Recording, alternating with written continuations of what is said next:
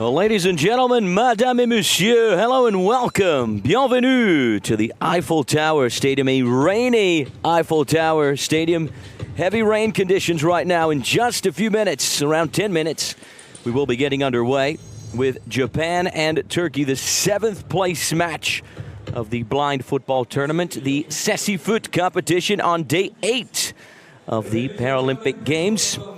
Turkey, bottom of Group A with 0 points from 3 defeats. A 3-0 loss to Brazil, followed by a 2-0 defeat to China, and then another 2-0 loss to hosts France. Japan, bottom of Group B, from back-to-back 3 consecutive 1-0 losses to Colombia, Morocco, and Argentina. So we have both teams before us, hoping to end the competition on a high note. Turkey, runners-up at the 2022 European Championship in Pescara, Italy, just a few years back, on their 3rd Paralympic appearance. 5th in Rio 2016, 8th in London 2012. 3 World Championship appearances for the Turks as well. On the other side, we have Japan, who made their debut in Tokyo as hosts, where they finished in 5th, beating Spain for that 5th position. Both teams did meet in the group stage of the World Championship. Last year, Japan had the 1-0 victory. Both teams to take center stage right now. Here's the Turkish side, led by head coach Niyazi Metin. And here are the Japanese, led by head coach Eiji Nakagawa. Japan with 4 World Championship appearances. 2nd at the 2014 Asian Games in Incheon. 4th place at the 2010 Games, losing that bronze medal match to South Korea. Also 4th at the Asian Para Games that were held last year. Let's take a moment right now to appreciate the national anthems of both Turkey and Japan. Now, if you can, please be standing for the national anthem of Turkey.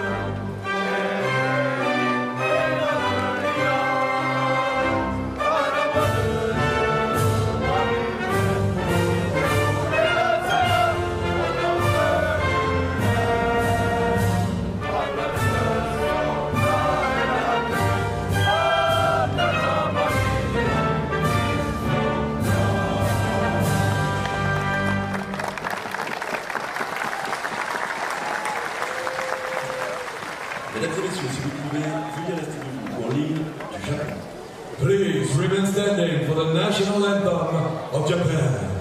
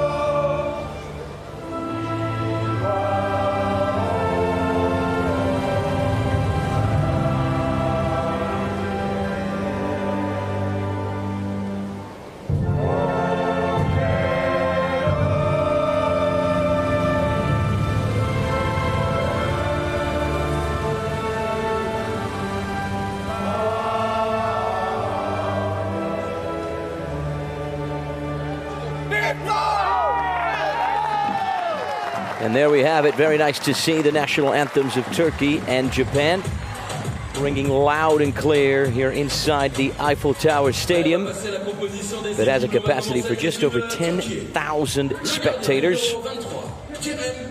In just a few moments, we will be introducing the starting lineups. Here we go with Turkey.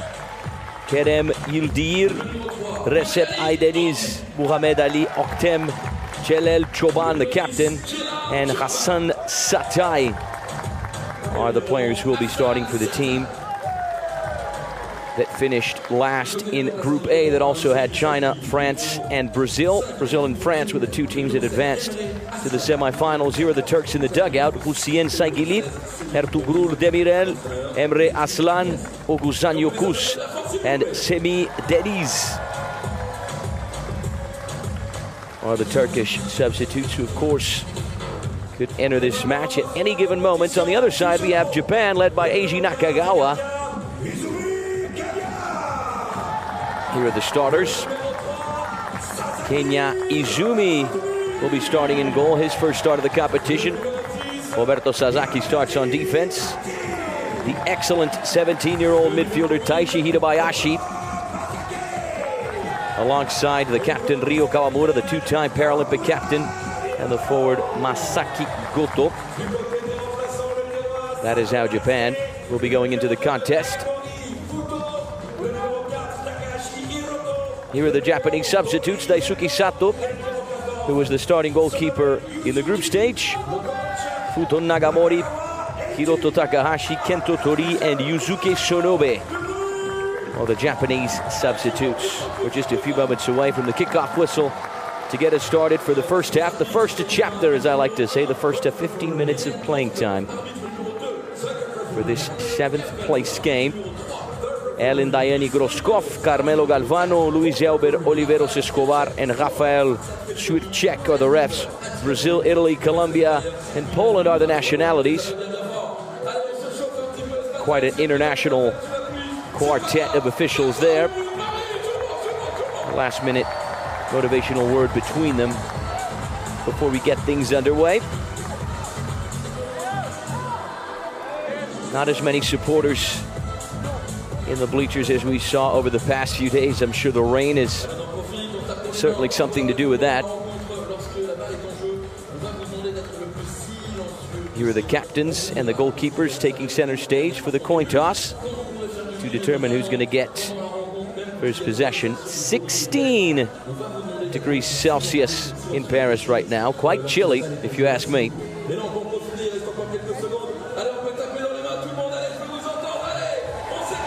Hassan Satay, he's the number 11 there. He scored both goals for Turkey in that 2-1 win over Japan the last time these teams met in the group stage of the Grand Prix that happened just a few months ago here in France, that served as preparation for the Paralympic Games. Masaki Goto scored for Japan on that occasion.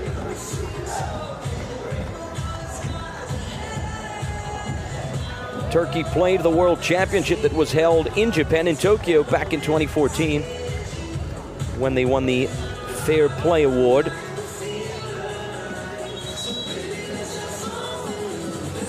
Turkey led by head coach Niyazi Metin, who you see there. Here are the starting 5 players for Japan. Once again, Eiji Nakagawa. Many years now in charge of this Japanese side that finished 5th in Tokyo, 5th at the World Games last year, losing to China.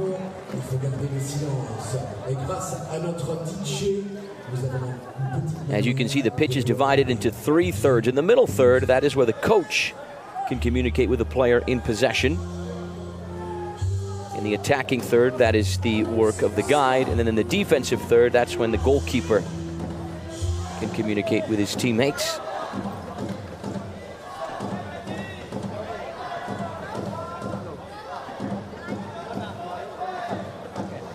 Tight shot there of Ellen Daiane Groskov, the ref from Brazil.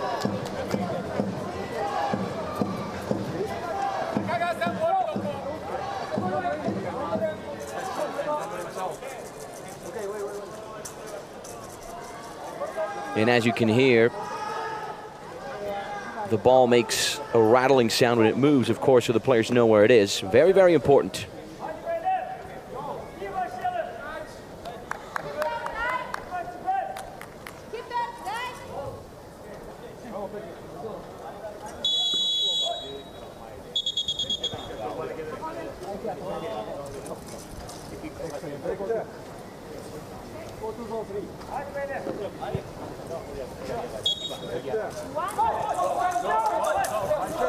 The ref sounds the whistle. We are underway with the Japan and Turkey, the 7th place game. Japan got us started with first possession. Both teams looking to end this competition on a high note. Turkey, 3 matches in the group stage, 3 losses. 3-0 to Brazil, 2-0 to China, and a 2-0 defeat as well to France. Japan with 3 consecutive back-to-back-to-back 1-0 losses to Colombia, Morocco, and Argentina. Colombia and Argentina advanced to the semifinals as the top 2 teams of Group B. Brazil and France did so as the top 2 teams of Group A. So France will be facing Colombia. We're going to have the Clásico on the other side between Brazil and Argentina, a repeat of the final of the previous Paralympic Games in Tokyo. Turkey attempting to play out from the back with Çoban, who's able to connect with Satay.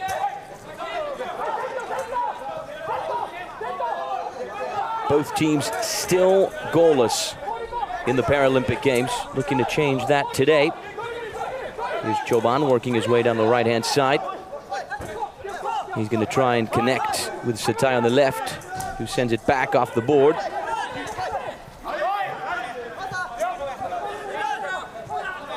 Masaki Goto's putting some pressure on. Çoban able to recover possession in the middle third.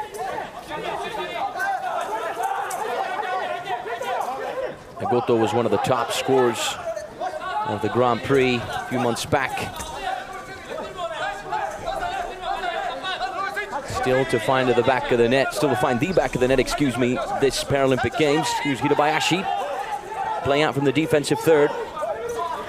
Nice run from Hirabayashi. Can he go all the way? He's in a dangerous position, almost able to capitalize. Eventually, Yildiz, the Turkish goalkeeper, was able to claim it. Just 17 years of age for Taishi Hirabayashi. Expected to be the future, really, of this Japanese team.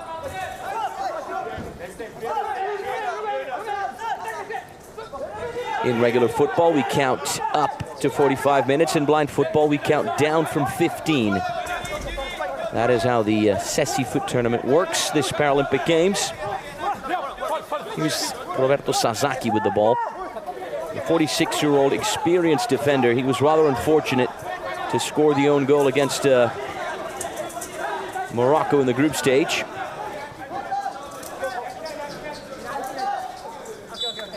Corner kick for Japan. The final touch there from Recep Aydeniz. So when the ball is out of play, that is when the supporters, of course, are allowed to make some noise. Keeping in mind these players are all from the B1 category, right? That implies that they are 100% blind. So they rely solely on sound to play the game. And of course, any noise coming from the bleachers can really disrupt the ability of these players to play Ceci-Foot.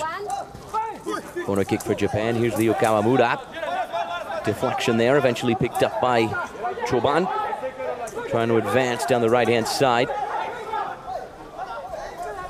Good piece of defending from Roberto Izumi Sasaki. Working his way forward. Sasaki holds both Brazilian and Japanese citizenship. Early on in his career, he played several tournaments in Brazil before choosing to represent the Japanese.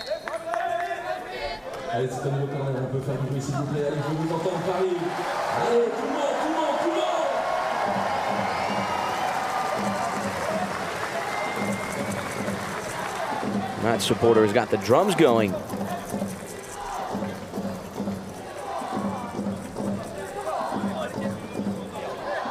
He did not mind the rain, I can tell you that much.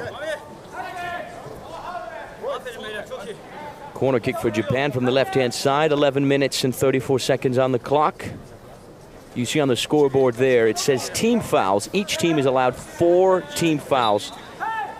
Starting from the 5th, the opposing side gets a direct free kick from the 8-meter mark.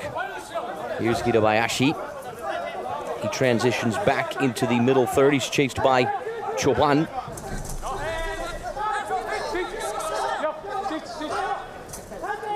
Ryo Kawamura joins in. The 2-time Paralympic captain, Ryo Kawamura. Here's Masaki Goto. Nice run inside. Solid finish there. Left-footed shot from the forward. Off target, though. Just a goal kick for Turkey. He plays it short with Choban.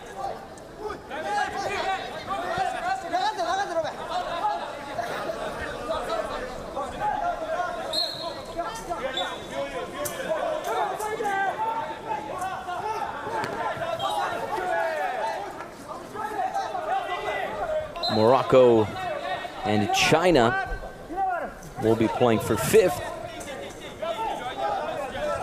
Morocco 3rd of Group B, China 3rd of Group A.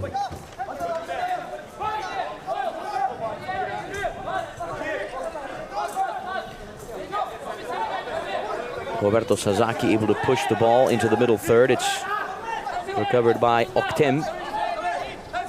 Mohamed Ali Oktem, a 23-year-old defender. He's the only defender really who started in the lineup for Turkey. Aydenez unable to push his way through the Japanese defense there. Sasaki drives it back towards Izumi. And Turkey are quickly able to recover possession in the middle third, less than 10 minutes to go.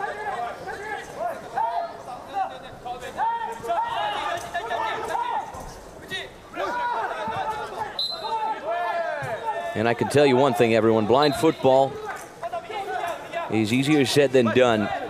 It is very, very tough to play this sport when you cannot see absolutely anything. So you really have to praise these players. And it's great to see that the number of teams affiliated to the International Blind Sports Federation has only increased over the past few years. 64 nations now with blind football squads. Japan and Turkey, of course, one of them. Turkey, the current European runners-up. They lost the final in 2022 in Pescara, Italy, to France in the penalty shootout. They won the edition in 2015, though, that was held in England.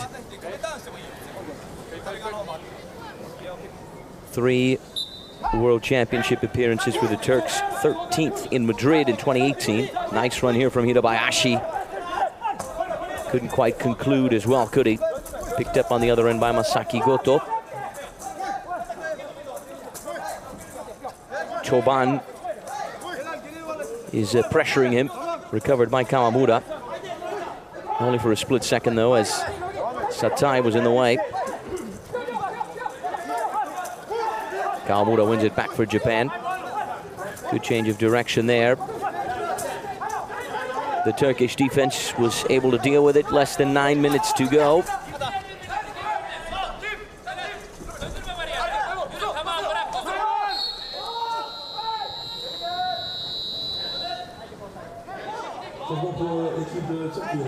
So far, 3 corner kicks for Japan, none for Turkey. Turkey had a little bit more of ball possession, 51% versus 49. 52 now. First substitution of the game for the Turks. Yokuz, the number 14, stepping in for Aydenez.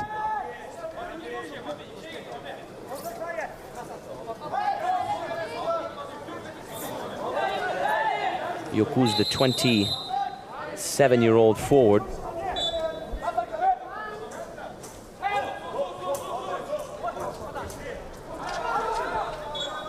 Sonobe unable to connect, or rather Izume unable to connect to Masaki Goto on that long ball. There's Yokus, able to connect with Satai on the left-hand side. He works his way in. The return pass, not quite as good, was it? Eventually collected by Hirabayashi. Not a good pass there from the midfielder. Corner kick for the Japanese on the right-hand side.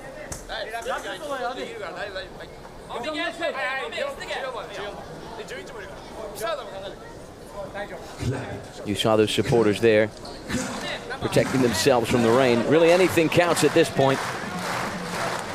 The rain seems to have died down a little bit at the moment. But over the past few hours, it was quite intense. At one point, the supporters were asking themselves if the match was actually going to happen. Well, the good news is it is, and we are underway with it. 7:59 on the clock. Still 0-0 between Japan and Turkey. If you're joining us now, this is the 7th place match of the blind football tournament, the Sessi-foot competition of the Paralympic Games. On day 8 of the tournament, this is match day 4.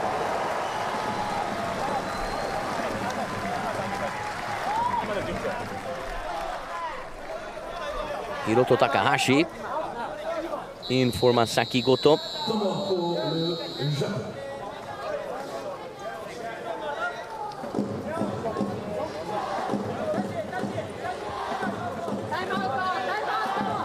There's Eiji Nakagawa. He wants to have a word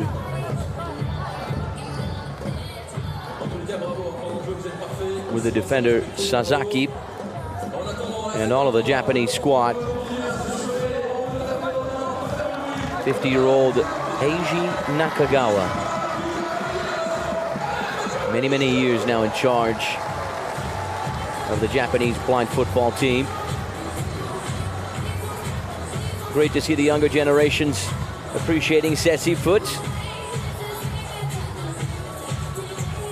And talk about Frisia, what a popular mascot.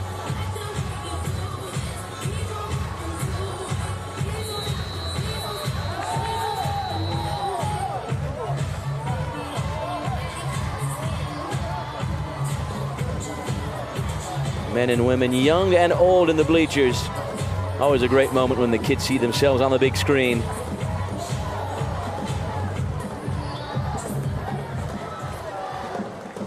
Well, the fans in attendance are certainly hoping for goals, and that's what the teams are hoping for as well. Both Japan and Turkey goalless in the competition thus far. Roberto Sasaki, in fact, did score, but it was an own goal against Morocco to give the African side the 3 points on match day 2. The match restarts. Hirabayashi to play out from the back for Japan.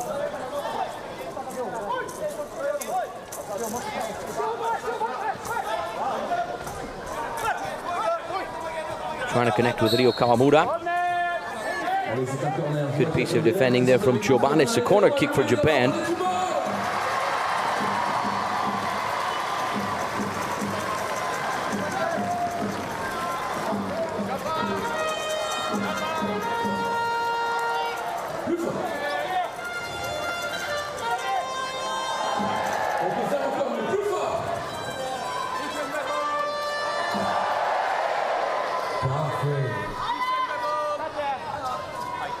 Hirabayashi and Ryo Kawamura to take the corner kick from the left-hand side. All the outfield players for Turkey inside the area.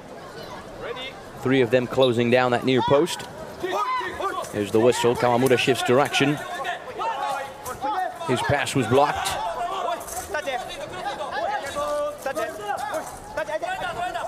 .7:30 now, so we have reached the midpoint of this first half. Whoever wins this game will finish 7th. Whoever loses will finish 8th. in Tokyo, Japan finished 5th on their debut as hosts. Turkey finished 8th in London 2012, losing the 7th place match to Great Britain. In Rio, though, they finished in 5th, beating Spain in a penalty shootout. 15th place in Birmingham at the World Championship last year for the Turks.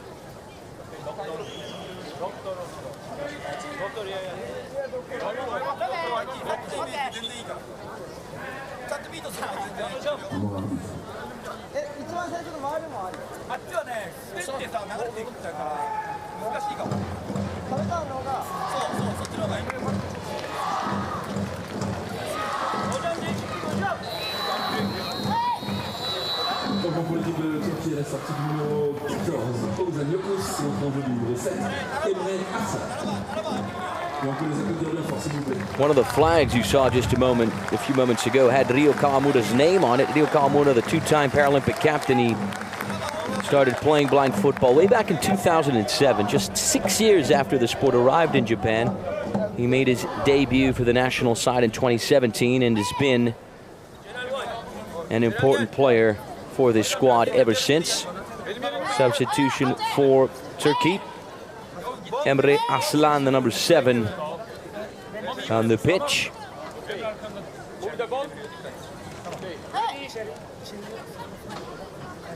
.722. Hirabayashi working his way back. He attempts to shift direction, lost track of the ball now. He's now pressured by Oktem.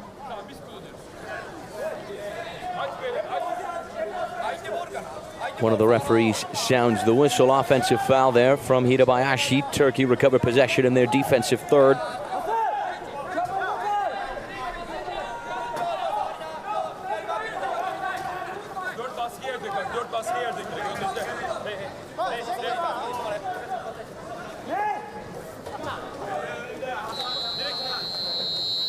The last time these two teams met at the Grand Prix in France a few months back, Turkey had the 2-1 victory, courtesy of 2 goals scored by Hasan Satai. Masaki Goto scored for Japan on that occasion. The Japanese, who have another substitution. Speaking of Masaki Goto, there he is, stepping in for Hiroto Takahashi. Substitution made by Eiji Nakagawa and his assistant Shigeo Murakami. The guide is Tomohito Uebayashi.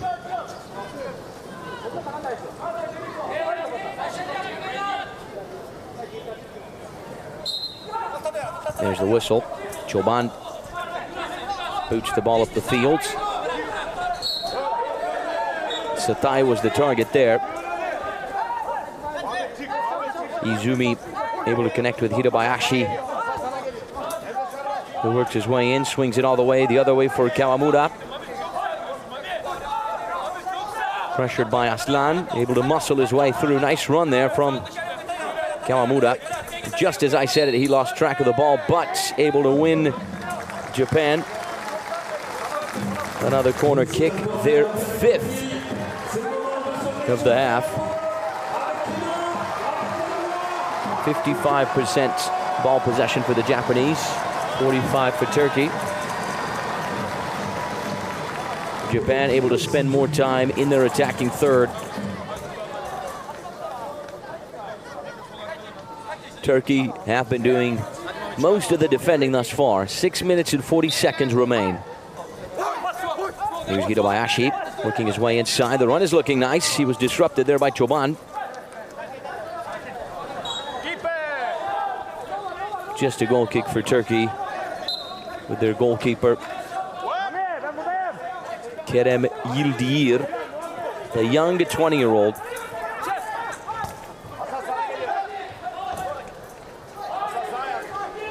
Here's Satai. Great finish. Off target though, just to the right of Kenya Izumi's frame. Japan looking for the response. Saka or Hirabayashi slicing his way through. Almost a golazo from Hirabayashi. Great reflex, great elasticity there from Yildirim to keep Japan from scoring. What a run from Hirabayashi, capped off by a powerful finish.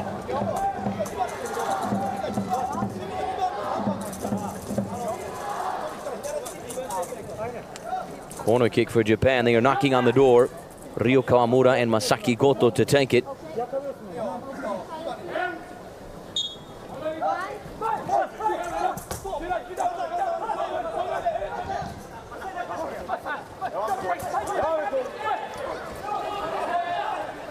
Turkey looking for the counter-attack. They have the corner kick, the first corner kick. Or rather, second corner kick for Turkey.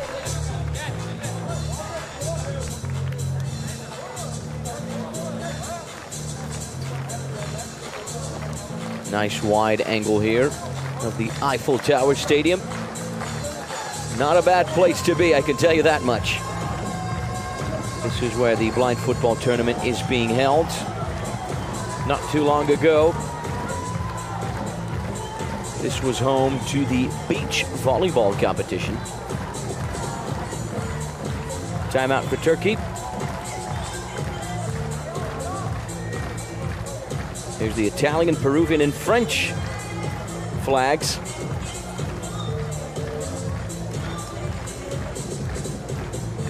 Raincoats, hats, umbrellas. Different methods the fans are using to shield themselves from the rain that has died down at the moment. But it is expected to come back over the course of the day.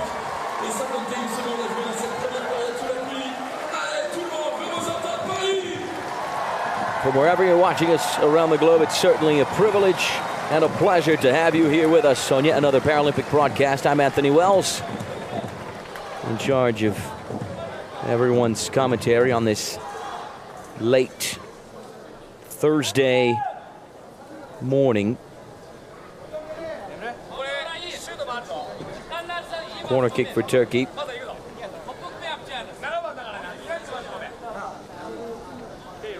Hoping to grab their first goal of the Paralympic Games. All of the Japanese players inside their area. Here's Aslan working his way back. Nice change of direction there. He's pressured by Masaki Goto and Kawamura. Was able to get a touch. Goto's going to battle for it in the middle third. He was fouled.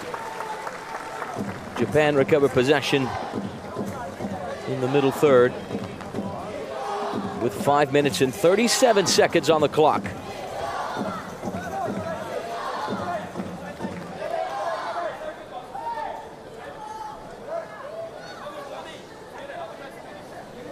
Hirabayashi and Roberto Sasaki are preparing for the set piece. It's a long-range, indirect free kick. We saw what Hirabayashi can do just a few moments ago.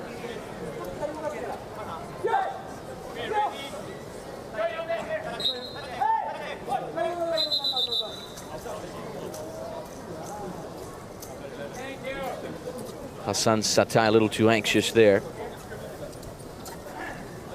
He can only move after he hears the whistle, of course.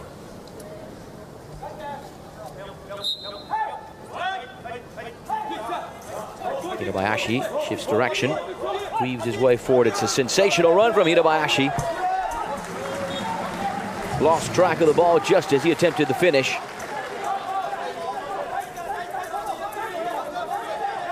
Nice to see the Japanese flags there with the names of the players. I saw Hirabayashi, Kawamura, Daisuke Sato, Masaki Goto.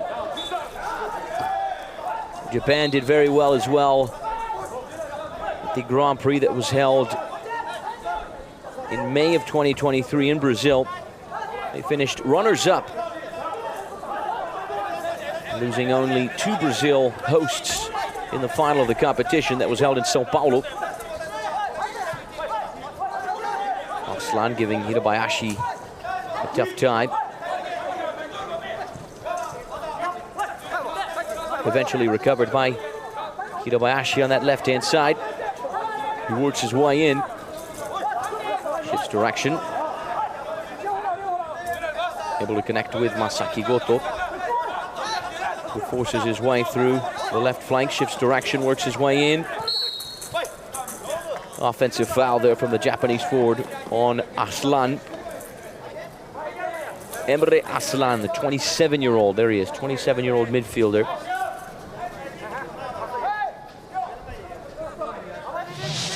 Who did not start the game but was substituted in. Fouled on this occasion by Hirabayashi.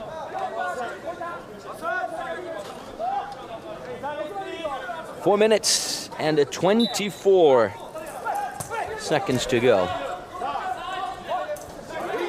Kawamura recovers for Japan, accelerates, and he weaves his way through almost. Oktem was in the way.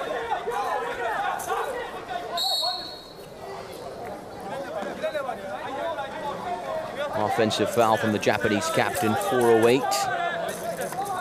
Turkey with the chance to play out from their defensive third.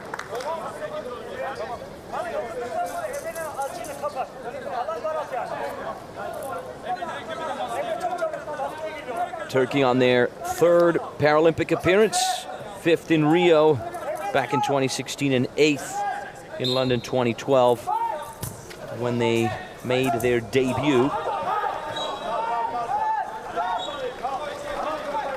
4 minutes to go. Kawamura eventually able to claim it. Nice finish from Kawamura. Once again, a great save as well from Yildirim to deny Japan the first goal of the game. Once again, Kerem Yildirim displaying great reflex and elasticity there.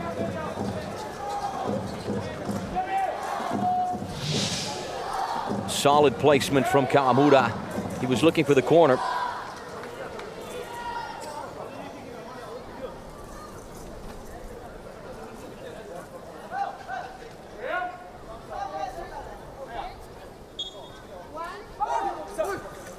Corner kick for Japan, deflection. They'll have another chance now.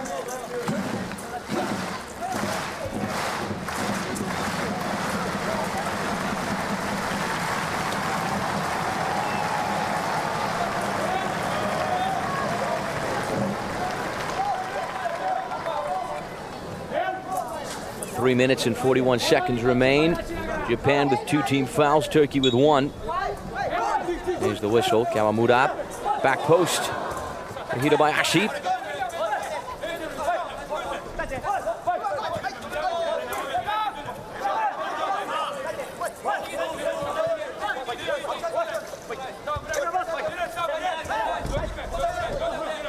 Hirabayashi recovers possession for Japan in the final third. Kawamura in support. Nice turn from Kawamura. Almost a golazo from the Japanese captain. Wow is right. Recovered possession. Turned. Squeezed his way through and found the finish. Yildirim once again with a great save. Make that at least three incredible saves from the Turkish goalkeeper. Here's the replay. Almost 1-0 Japan. The Asian side is knocking on the door. They have the corner kick now from the left wing. That's where Hirabayashi and Kawamura are.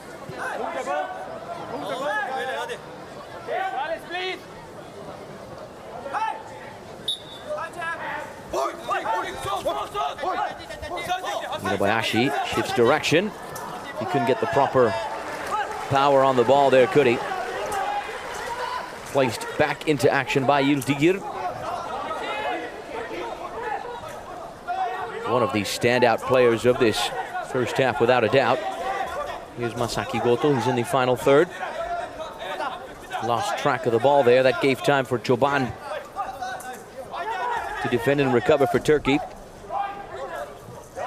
Aslan gets a touch in the middle third. It races forward. And puts some pressure on Sasaki. He's in a dangerous position.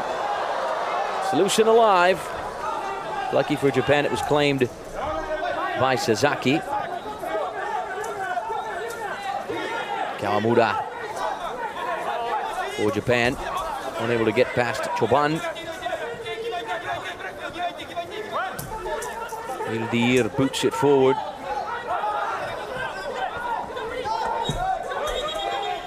Two minutes and 7 seconds. Goal kick for Japan, still 0-0 on the scoreboard.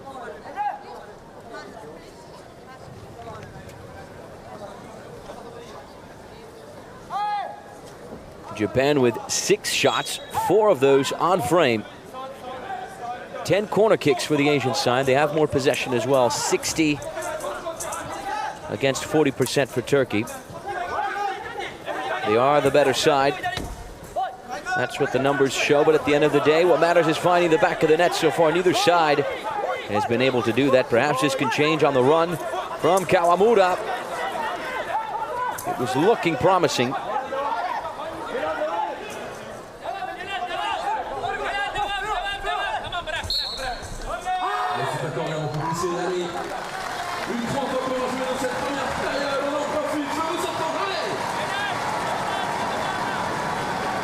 Corner kick for Turkey.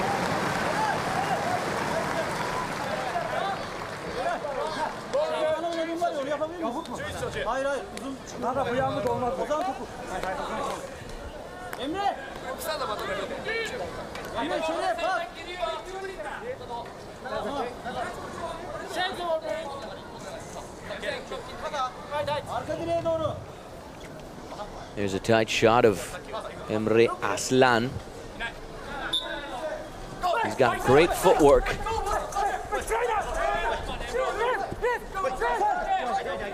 Can he showcase those skills today against the Japanese? We will see. Satai surrounded by 1, 2, 3 Japanese players. Can he force his way through? No, he cannot, but he wins Turkey the foul in their offensive third. 1 minute and 14 seconds remain.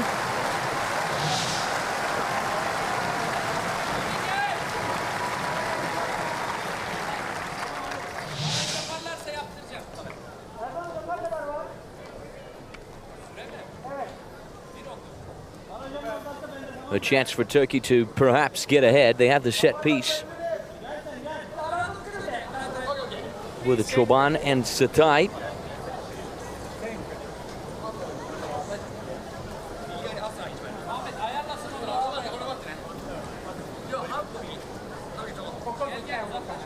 Kenya Izumi closing down that near post with all 4 of the outfield players. Kawamura, Sasaki, Hirabayashi, and Goto.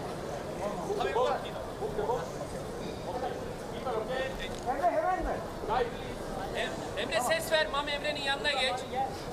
Şu an 7 metre hizası çapraz. Burası 4 kişilik baraj. Kapalı sağ, Mami sol. Çapraz öne çık. There's the work being done by the guide, Mehmet Mustafa Erdogan. He uses a small stick to indicate to his players where the goalposts are, and now he's indicating to them where the center is. The guides really have to be excellent communicators. Here's Aslan. He was in the right place at the right time. Couldn't get contact on the ball. He might get a second chance here. Sasaki. Almost able to recover possession for Japan. Less than 60 seconds on the clock. Hirabayashi recovers for Japan, works his way in.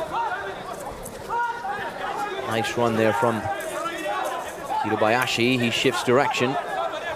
He's the danger player for the Japanese. It's very difficult to snatch the ball away from Hirabayashi. Can he connect with Masaki Goto? The answer is yes. Can Masaki Goto produce a dangerous play? The answer is no. Just a goal kick for Turkey. Japan have 2 substitutions. Takahashi and Kento Tori are going to jump in.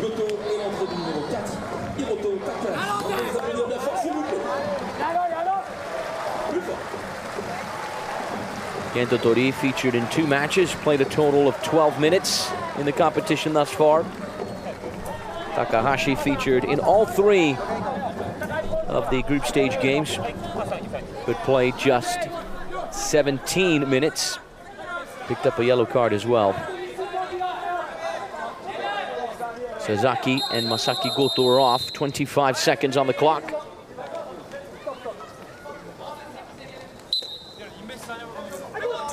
Yildiz plays it short with Choban, who boots the ball up the field. There's a deflection there. Satay was in the danger area. He recovers for Turkey in the middle third. Less than 10 seconds to go. Kawamura wins it back for Japan. This just might be the last play of the game. Is there enough time? The answer is no. There's the halftime whistle. Japan 0, Turkey also 0. Both teams locked and level at 0-0 in the 7th place game. 10-minute halftime break right now before the second half. The final chapter, the final 15 minutes of playing time. Keeping in mind, if this score remains, a penalty shootout will decide who's going to finish 7th, and of course, who will be the 8th placed team of the Paralympic Games.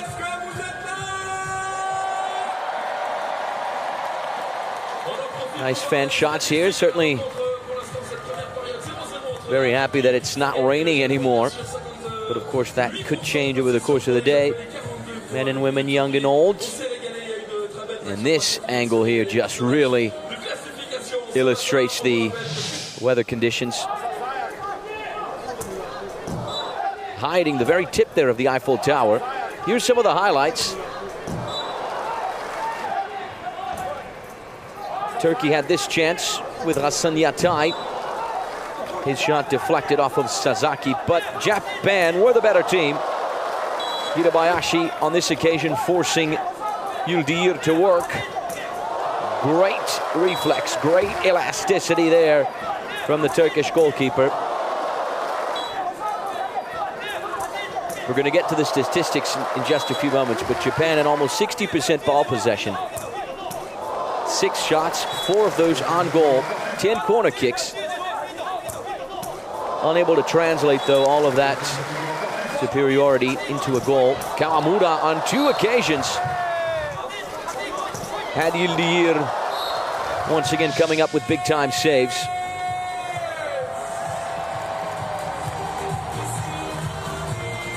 Here's the Eiffel Tower Stadium in all of its glory. Almost underneath the Eiffel Tower itself. Here are the statistics, as I said, 58% ball possession for Japan, 42 for Turkey, 10 corner kicks, 6 shots, 4 on target for the Asian side. But at the end of the day, what matters is finding the back of the net. It's 0-0, everyone. Day 8 of the Paralympic Games, match day 4 of the Sessi Foot. Turkey 0, Japan also 0. Both teams looking to change the goal-scoring drought, hopefully in the second half.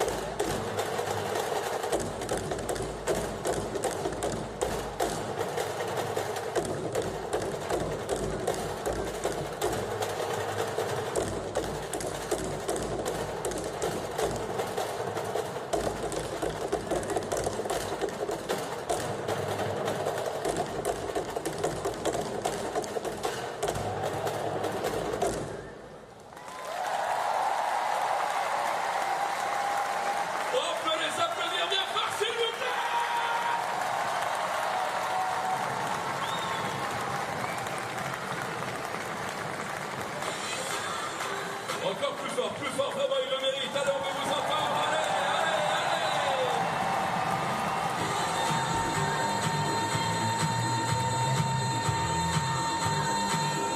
Alors, on fait juste un petit photo bombe pour une photo là-bas. Voilà, super. Merci. Allez, on continue, on va continuer de se chauffer avec la suite de cette rencontre. 0-0 entre la Turquie et le Japon. Allez, on veut vous entendre. Moi, je vais prendre ce côté. Alors, dites-moi de ce côté, est-ce que ça va? Allez, rigolo. Et ce côté, ça va ou quoi? Ce côté, est-ce que ça va? On peut faire mieux, allez, on prend un petit peu sur les côtés. Ça va ici? Et là, les enfants, est-ce que ça va? Ah, ils sont contents, ils sont pas en cours. C'est bien, c'est sympa ça. Ah ouais, ils ont raison de profiter des Jeux Paralympiques ici au pied de la Tour Eiffel. Regardez juste un instant. Posez-vous et impa. C'est incroyable, vous n'en trouvez pas? On est au pied de la Tour Eiffel, on est aux Jeux Paralympiques de Paris 2024 et on profite encore et la France est en demi-finale!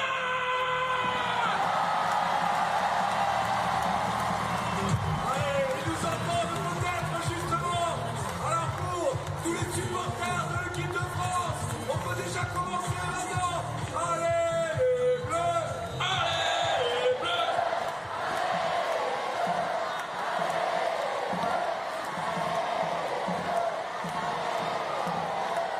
Ah, ça va être chaud ce soir, ça va être chaud. Une place en finale, allez chercher.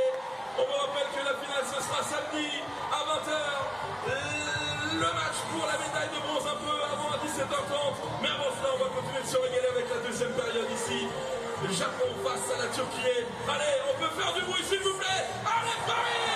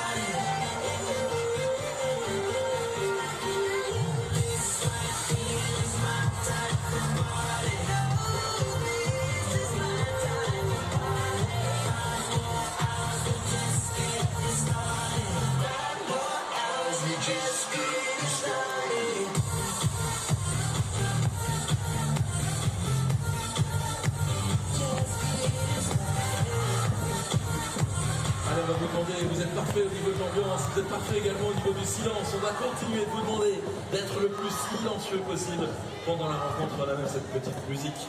Donc vous calmez tout seul.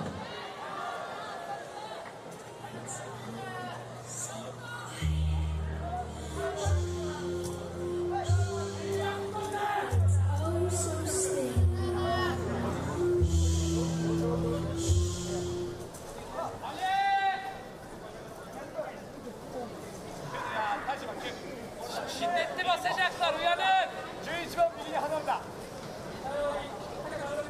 7番からの11、7番か。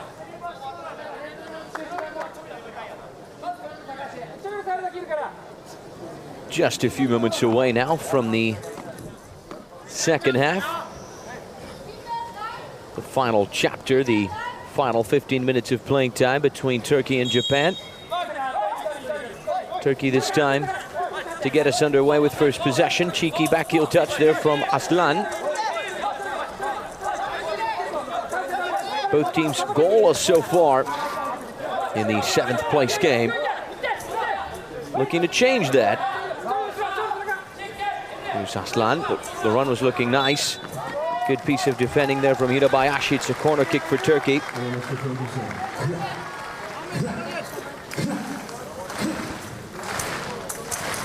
the first half, if you're joining us now, Japan had almost 60% ball possession. Of these 6 shots, 4 were on target. Yildirim, the Turkish goalkeeper, came up with a number of great saves.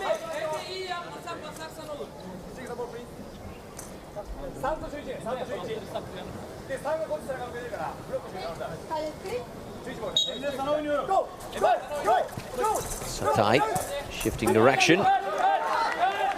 He didn't have much of an angle there, but was able to place the shot on frame. Here's Takahashi. Good piece of defending from Choban, who then boots the ball up the field. Picked up on the other end by Hirabayashi, who's playing out from the back for Japan. Chased by Satai. Hirabayashi kicks it forward.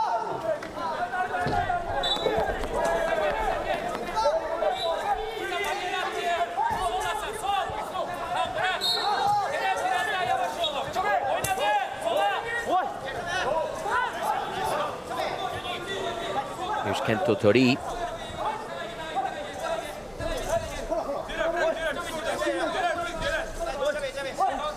Japan now looking to retain the ball in their attacking third. Turkey giving them a tough time. Good piece of defending there from Satai. Picked up in the middle third by Kawamura, who finds space on the left here. Here's Takahashi on the right-hand side now.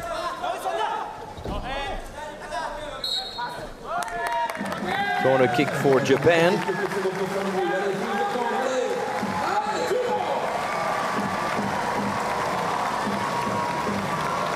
Since the ball is out of play, that's when the crowd is allowed to make some noise.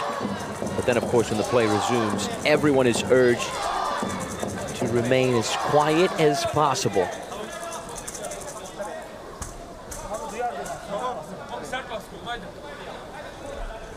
Throughout many, many games here at the Paralympics, we saw silent olas, and that was quite something.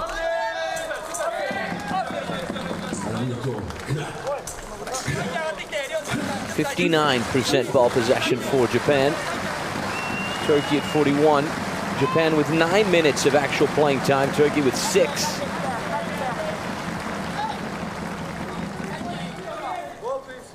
Turkey with more indirect free kicks, though. 4 against 2 from the Japanese, who have another corner kick from the right-hand side. Hirabayashi working his way back.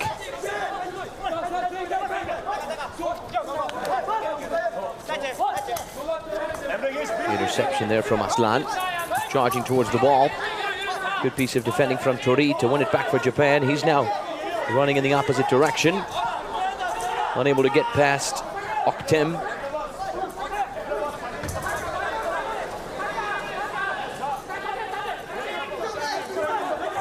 Takahashi recovers for Japan.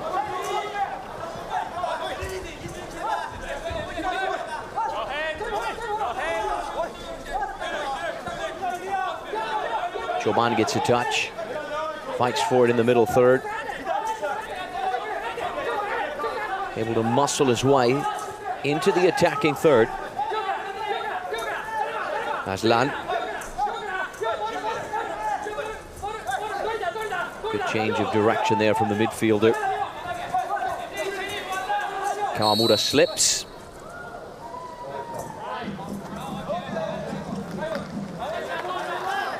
Foul there, since Izumi, the Japanese goalkeeper, communicated with his players outside of the permitted zone.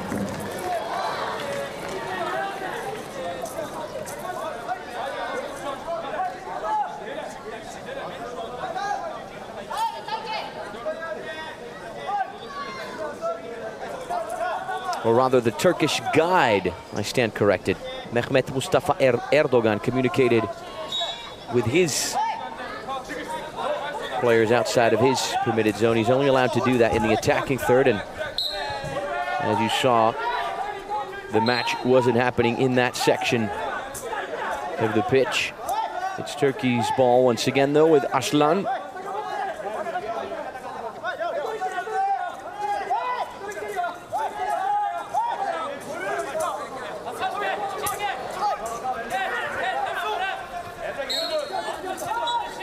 Less than 12 minutes to go.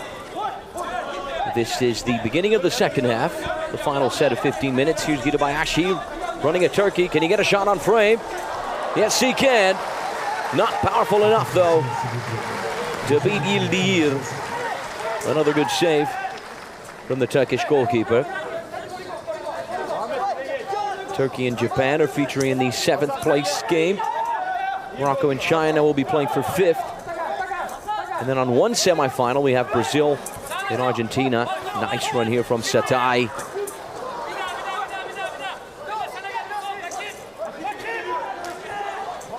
Kawamura has the counter-attack for Japan. So just to recap the semifinals, on one side we have Brazil and Argentina, a repeat of the blind football final in Tokyo 3 years ago. And then on the other, hosts France will be taking on Colombia. Here's Gidebayashi. Good run from Gidebayashi. He was disrupted just in the nick of time by Choban.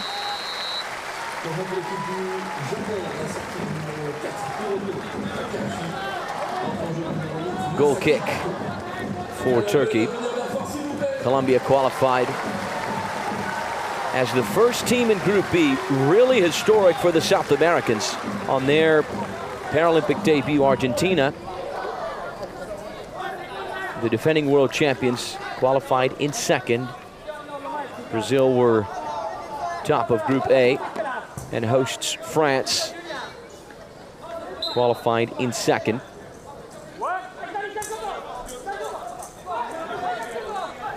Here's Choban.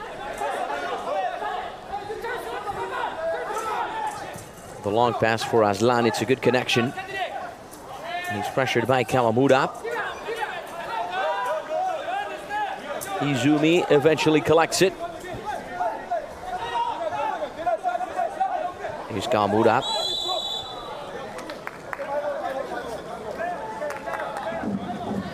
There was a foul on the play from that guy right there. Celal Çoban, the 31-year-old midfielder for Turkey, grabbed Kawamura there. Set piece for Japan.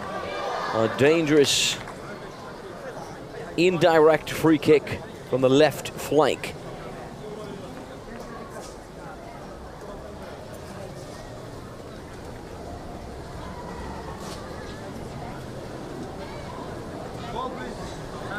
The Japanese fans just hoping for a win here, so their side can at least end Paris 2024 on a high note. 10 minutes and 11 seconds remain.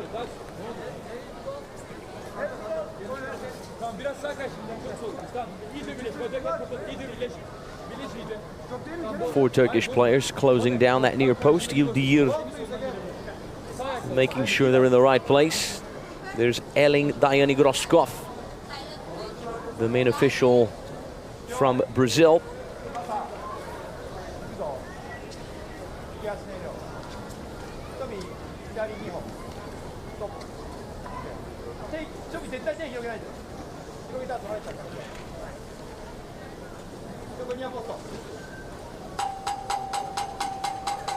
There's the guide, Tomohito Uebayashi, indicating to his men where the sticks are. That was the left stick. This is the right one.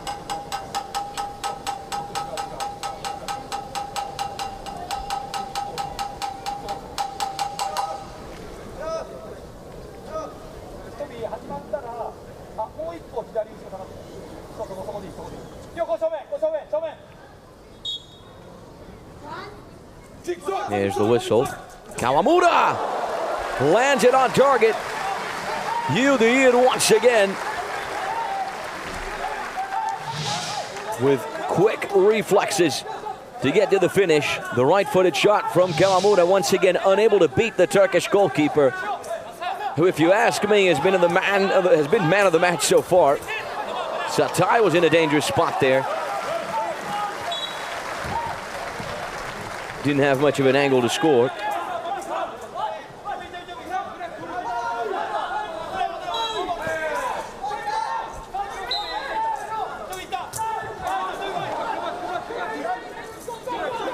Tori wins it back for Japan in the middle third. Able to get past Oktem just as he attempted the shot. He really couldn't connect on that ball. Turkey restart with Yildirim. He plays it short with Aslan, who works his way inside past Kento Tori. 9 minutes to go. Aslan accelerating. Nice change of direction. Can he score a golazo? Just as he was about to go 1v1 with Kenya Izumi, he was fouled. And Turkey have a very, very dangerous set piece.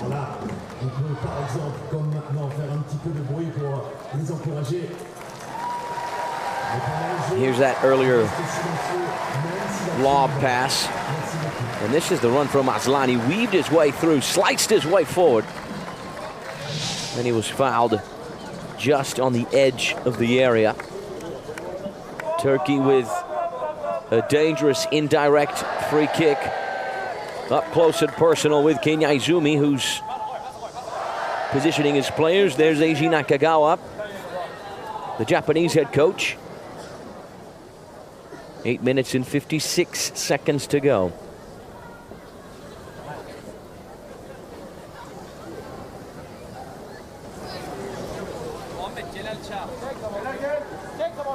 There's the Turkish dugout with Coach Niyazi Metin, the assistant coach Ismail Koç.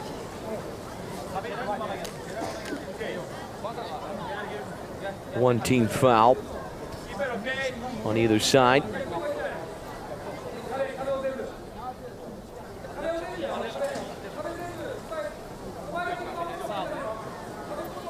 Turkey with 44% ball possession and 9 minutes of actual playing time. This is their fourth indirect free kick. Japan have had 3.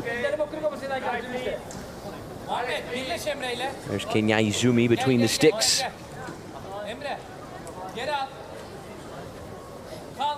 The 32-year-old goalkeeper.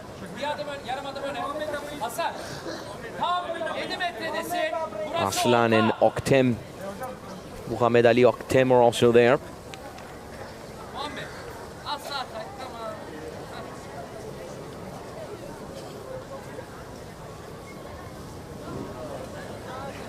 And there's the guide, Mehmet Mustafa Erdogan.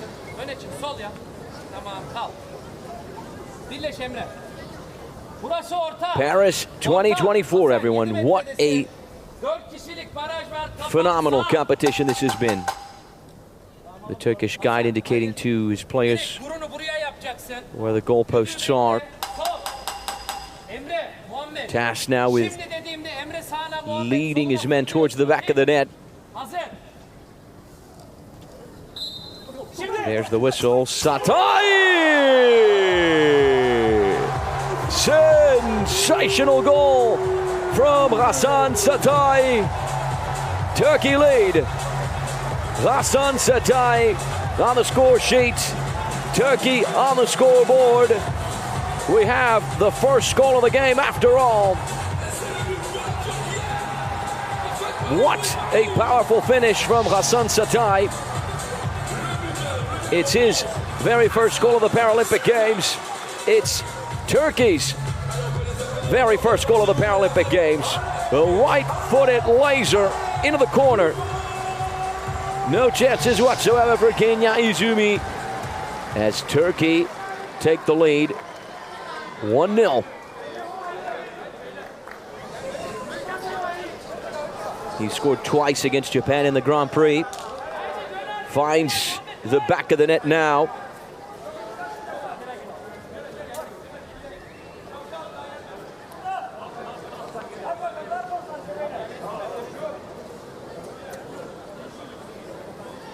Japan with more ball possession, more corner kicks, more shots on goal. But it's Turkey who lead.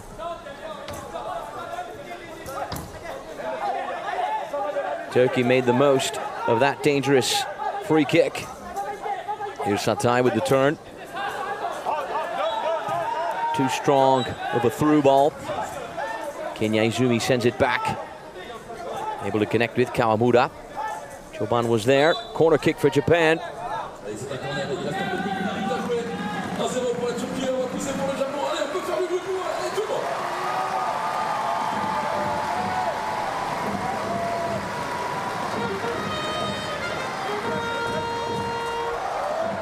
And this is very important, very special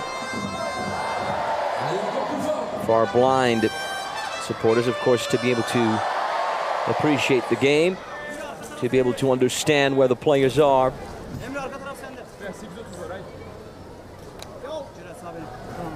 Corner kick for Japan,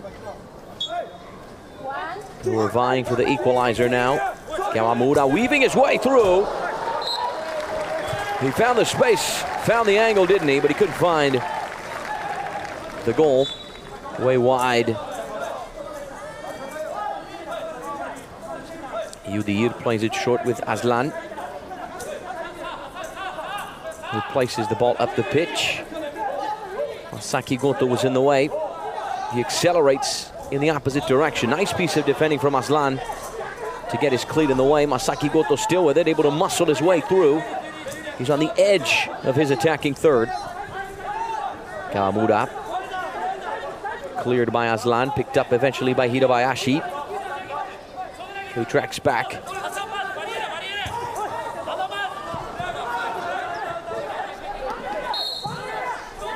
We're just a few seconds away from the midway point of this second half. Turkey are in the lead. Hasan Satay with a golazo. Kawamura.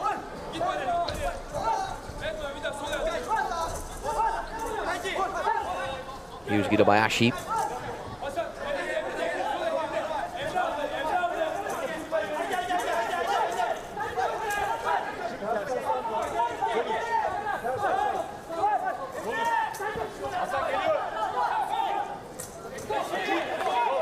Hirabayashi reclaims possession for Japan in the middle third. Shifts direction, accelerates inside, past Aslan. Good run from Hirabayashi. Just as he attempted the finish, he couldn't get the proper contact on the ball. You saw the reaction from the stands. That was very, very close to becoming Japan's equalizer. Weaved his way through just about everyone, didn't he? Taishi Hirabayashi, just 17 years of age. Here's Ryo Kawamura now. Accelerating. Good piece of defending from the goal scorer, Satay.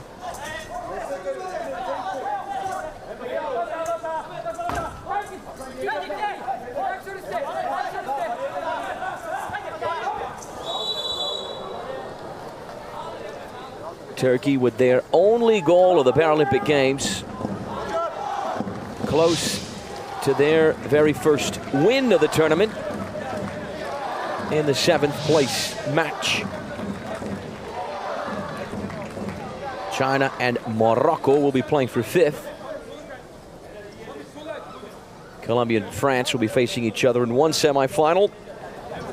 Brazil and Argentina in the other.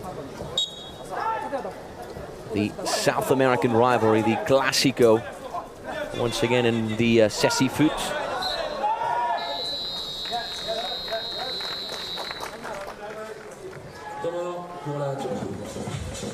Timeout for Turkey. Niyazi Metin and his assistant coach Ismail Koç want to have a word with their players. Turkey runners-up at the 2022 European Championship in Pescara, Italy, on their 3rd Paralympic appearance. 5th in Rio 2016, beating Spain in a penalty shootout for that 5th position. Last in London 2012, though, when they made their Paralympic debut, lost the 7th place match to the Great Britain team. 3 World Championship appearances, 13th in Madrid in 2018, 15th in Birmingham last year, 11th at the World Championship in Tokyo 2014 when they won the Fair Play Award. Winners of the 2015 European Championship that was held in England. Turkey did beat Japan 2-1 at the Grand Prix a few months back in France. Satai with the brace. Masaki Koto scored for Japan.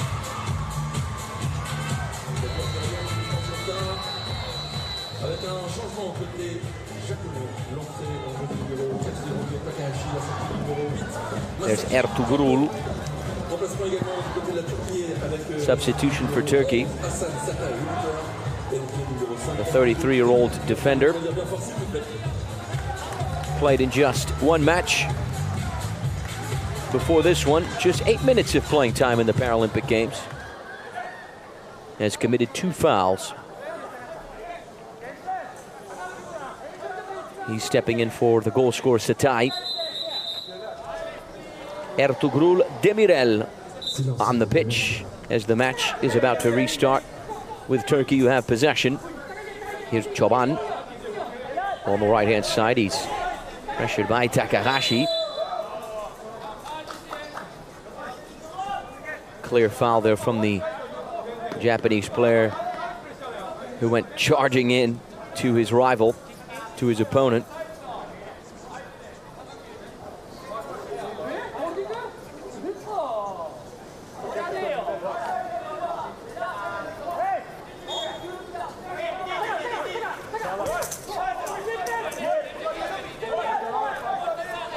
Deflection there off of Takahashi. Can Kento Tori claim it in the middle third? Picked up by Aslan, who's accelerating. Kawamura almost able to recover possession for Japan. It's picked up in the middle third by Çoban, who's working his way towards that left flank. Less than 6 minutes to go. 2 team fouls for Japan. Same number for Turkey.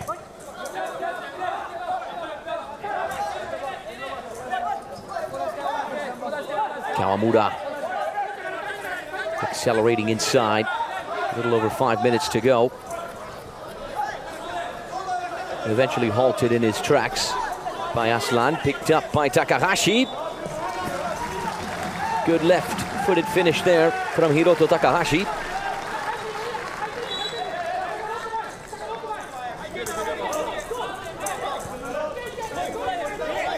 One. Connecting with his teammate Aslan.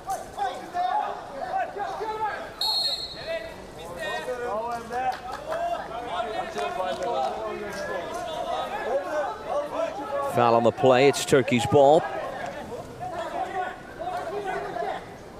56, now 55% ball possession for Japan, 45 for Turkey. 13 minutes of actual playing time for the Japanese, 11 for the side that's in the lead. 11 shots for Japan, 6 on target. Nice run here from Aslan, lost track of the ball eventually.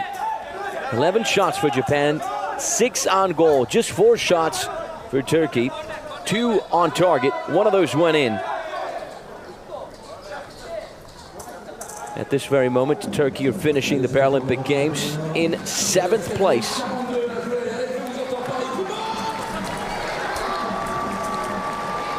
If this result holds, it'll be 4 consecutive 1-0 losses for Japan in the competition.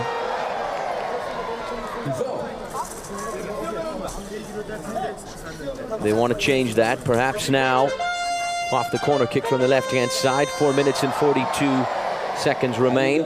Japan are attacking, Turkey are defending. Yildirim making sure his teammates are closing down that near post. There's the Turkish goalkeeper who had a number of extraordinary saves over the course of the game. Here's Ryo Kawamura. Back post, Takahashi was there. Nice change of direction from Takahashi. Good finish. Blocked.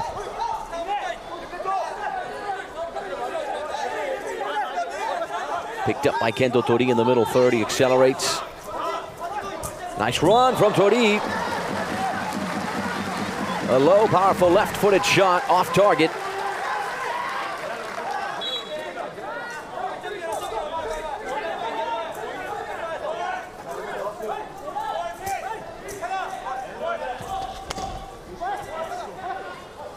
Here's Aslan, the nutmeg. Japan at 3 team fouls. 2 more, and Turkey will get the indirect free kick from the 8-meter mark. So Japan have to be careful when it comes to those fouls. No foul there. Play on, says the ref. Picked up by Hirabayashi. Less than 4 minutes to go. Hirabayashi able to accelerate on this left flank. He lost track of the ball.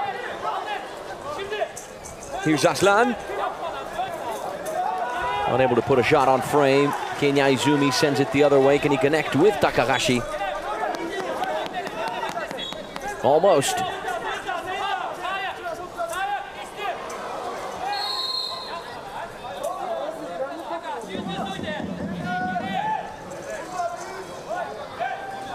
Offensive foul there from Emre Aslan.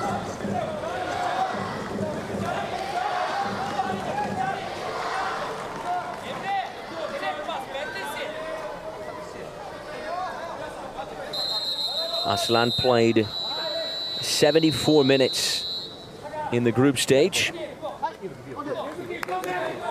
Good numbers, 11 shots, 7 of those on target throughout the competition so far with the midfielder. He has committed 8 fouls and suffered 3. Substitution for Japan, Takahashi stepping off the pitch. I believe Masaki Goto is going to jump in. I stand corrected, it's actually the number 14, Yusuke Sonobe. There he is. 3 minutes and 25 seconds to go. Japan hoping for that late equalizer to try and send this match into a penalty shootout.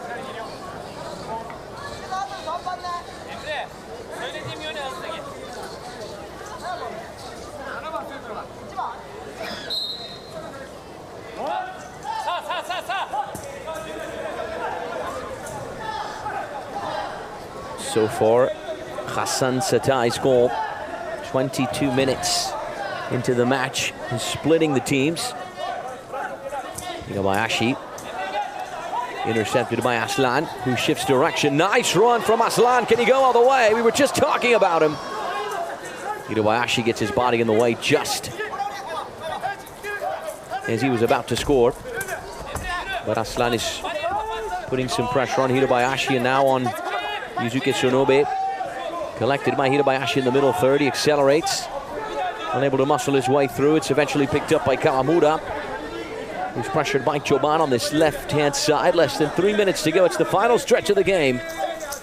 As I like to say, fasten your seatbelts, everyone. It's expected to be good. Turkey started off their campaign with a 3-0 loss to Brazil, and then a 2-0 loss to China, followed by a 2-0 loss to France. Nice run here from Aslan, weaving his way through.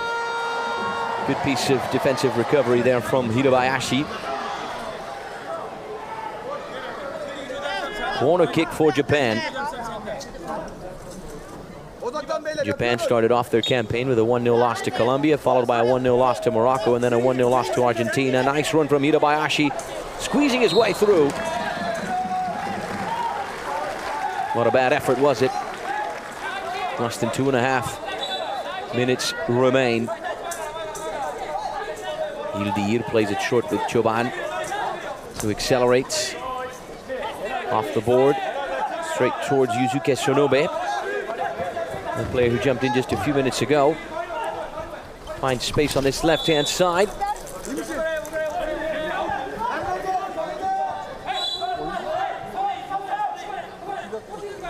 Sonobe played just 4 minutes in the group stage.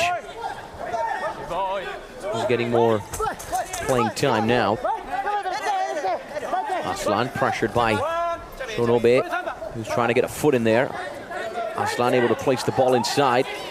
Nice run from Aslan, who's slicing his way through. Aslan, can he pull the trigger? Yes, he can! Sensational goal. Lovely individual effort from Emre Aslan. Turkey have two. Turkey double their lead. Emre Aslan on the score sheet for the first time. Turkey on the scoreboard for the second time. A lovely individual goal. Weaved his way through, sliced his way through, muscled his way past the Japanese defense. And then 1v1 with Kenya Azubi. Able to find just the right amount of space, just the perfect angle to find the back of the net with his right foot. Turkey have a pair of goals and surely the 7th place of the Paralympic Games. I can't see Japan coming back from this one. His very first goal of the competition, Turkey's second of the tournament.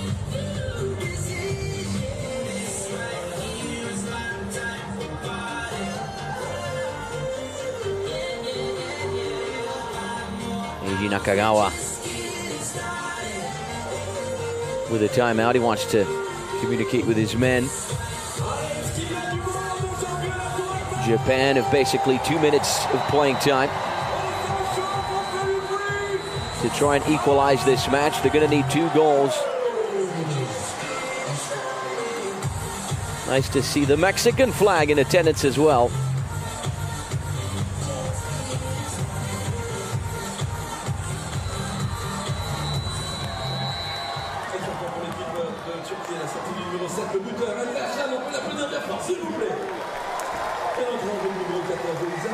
There he is, the goal scorer, Emre Aslan.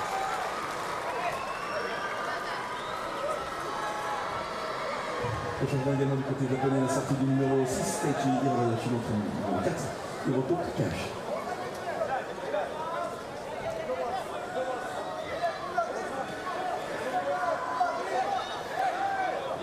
One minute and 45 seconds on the clock. Japan with 3 team fouls. Turkey have 2, but they have 2 goals as well.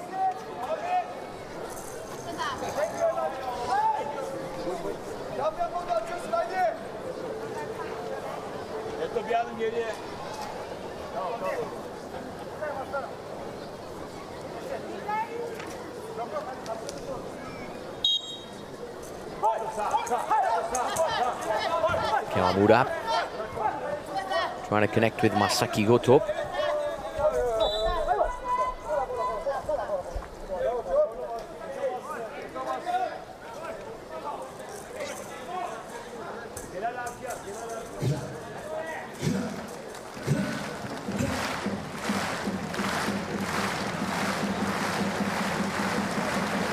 Corner kick for Japan.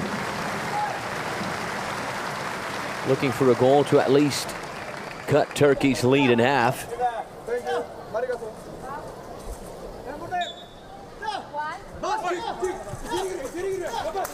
Kawamura trying to push his way through. Unsuccessful, but able to win. Japan another corner kick. Turkey 8th in London 2012, 5th in Rio 2016, and from the looks of it, 7th in Paris 2024. Japan have 1 minute and 32 seconds to try and change that narrative. There's Yildir. He was instrumental over the course of this game. Stopped everything that was thrown his way. Offensive foul from Shonobe.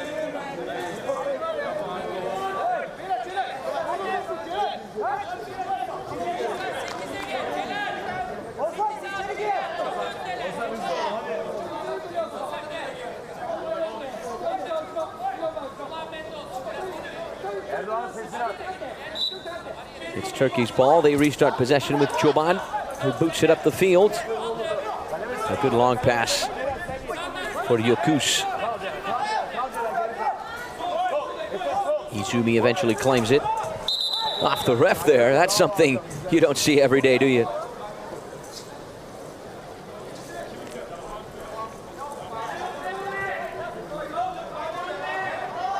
Off of the Italian referee, Carmelo Galvano.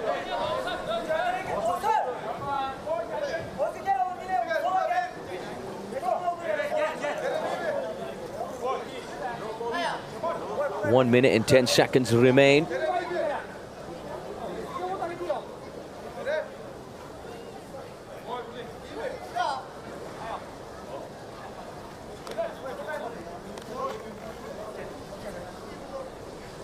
Demirel and Tori are going for the ball.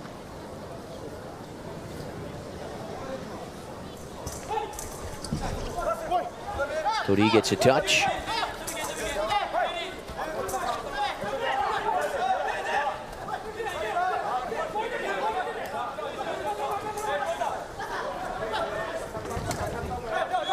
Less than 60 seconds to go.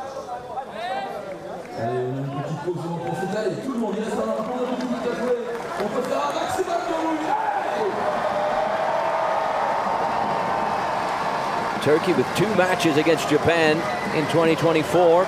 2 wins, a 2-1 victory at the Grand Prix, and now a 2-0 win at the Paralympic Games. It's Japan's ball in the middle third with 56 seconds on the clock.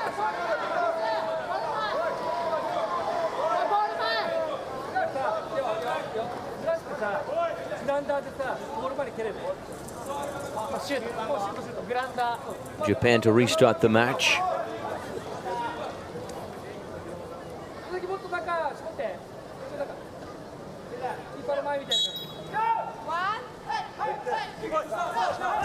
Here's Kalamura. That ball raced its way past everyone. Emre Aslan is going to jump back in. From the looks of it, he's placing on his mask. Less than 45 seconds to go. Here's Yokus on the edge of his attacking third. He's pressured by Kento Tori, who recovers for Japan, squeezing his way through. He crashes into Demirel,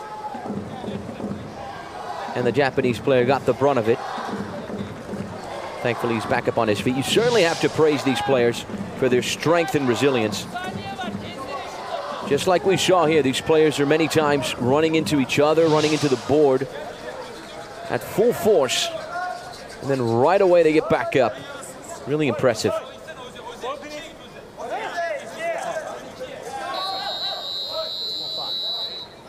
Eiji Nakagawa certainly expected for a better competition when it comes to Japan. Runners up at the Grand Prix last year against top teams. Brazil, Argentina, 5th place in Tokyo. Semifinals of the Grand Prix a few months back. But finishing the Paralympic Games in 8th. Here's Kento Tori. It's loose and alive in there. Can he get a shot on frame? Sonobe attempted the effort. He found air.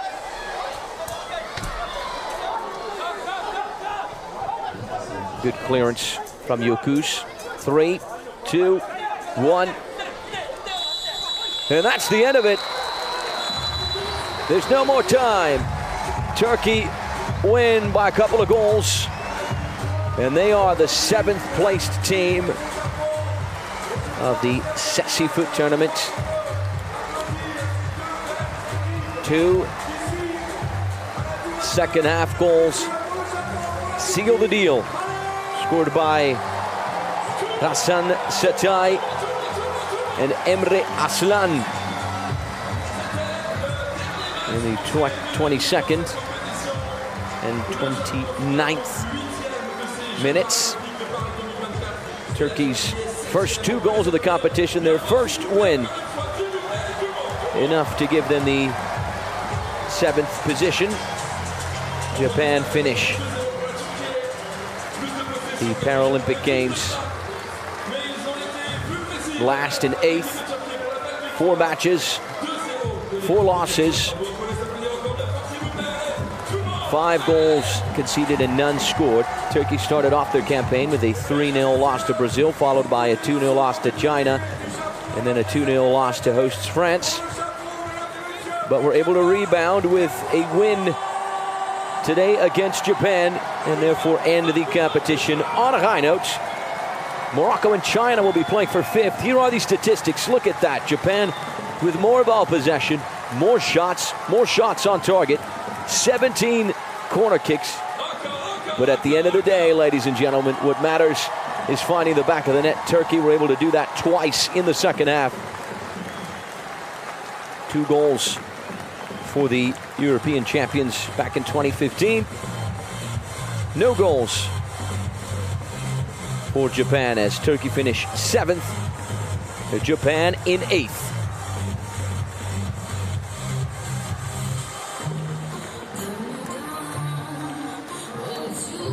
Turkey on their 3rd Paralympic appearance.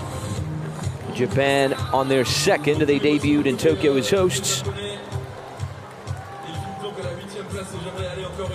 Nice to see the crowd here, Japanese supporters. They're smiling. They don't really care about the result. They just want to have a good time, the kids as well.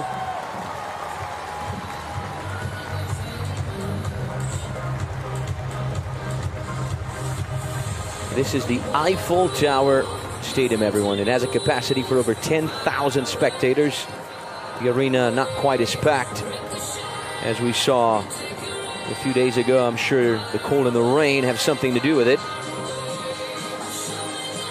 2-0 Turkey is the final result.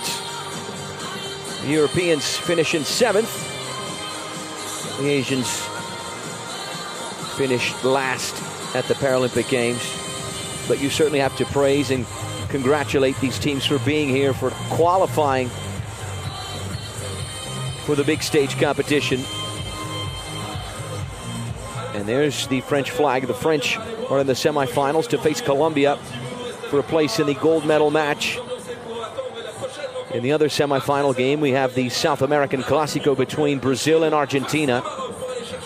A repeat of the final in Tokyo.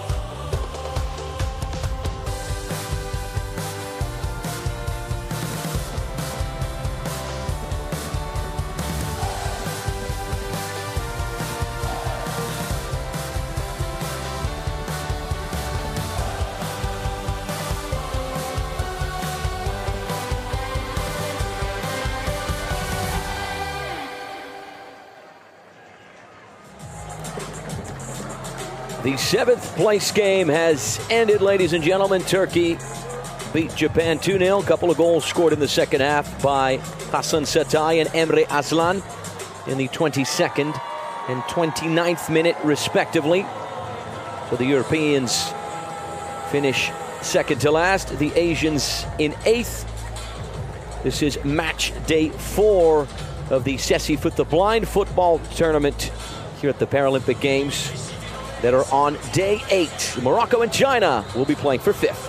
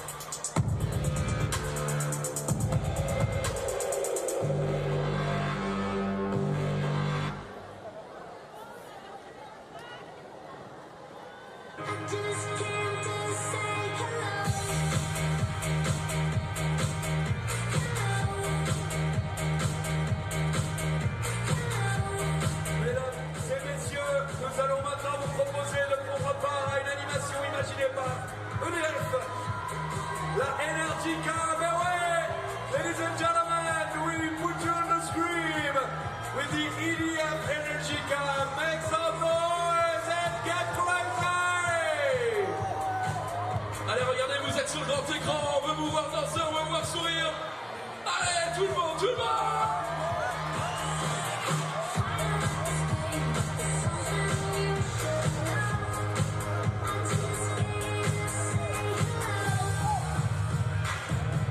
Allez, c'est à vous là, on voit, allez. Même les accompagnateurs, là, les profs et tout, là, on peut vous voir se délancer. Allez, ben oui, bien sûr. Et oui, monsieur le maître d'école, allez. Allez, Michel.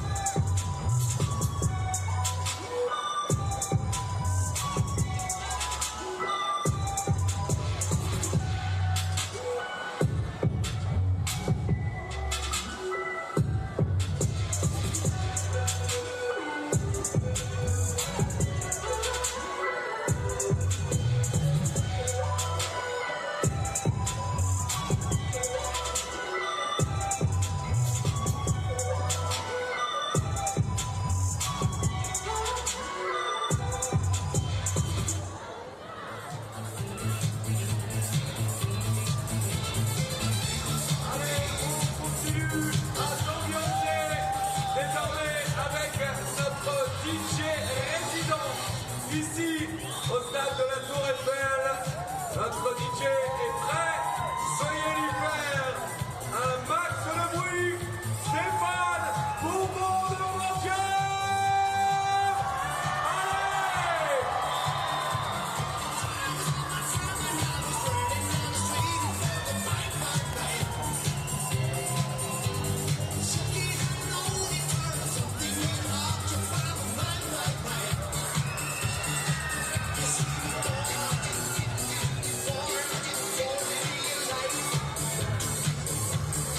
Allez!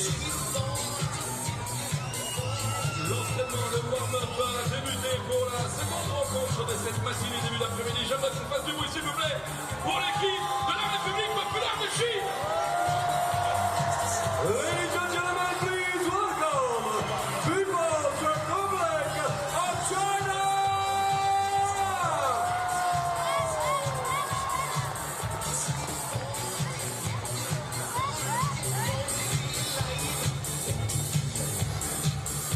Et on peut continuer de faire du bruit pour leurs adversaires du jour, l'équipe du Maroc. And now, please welcome Morocco!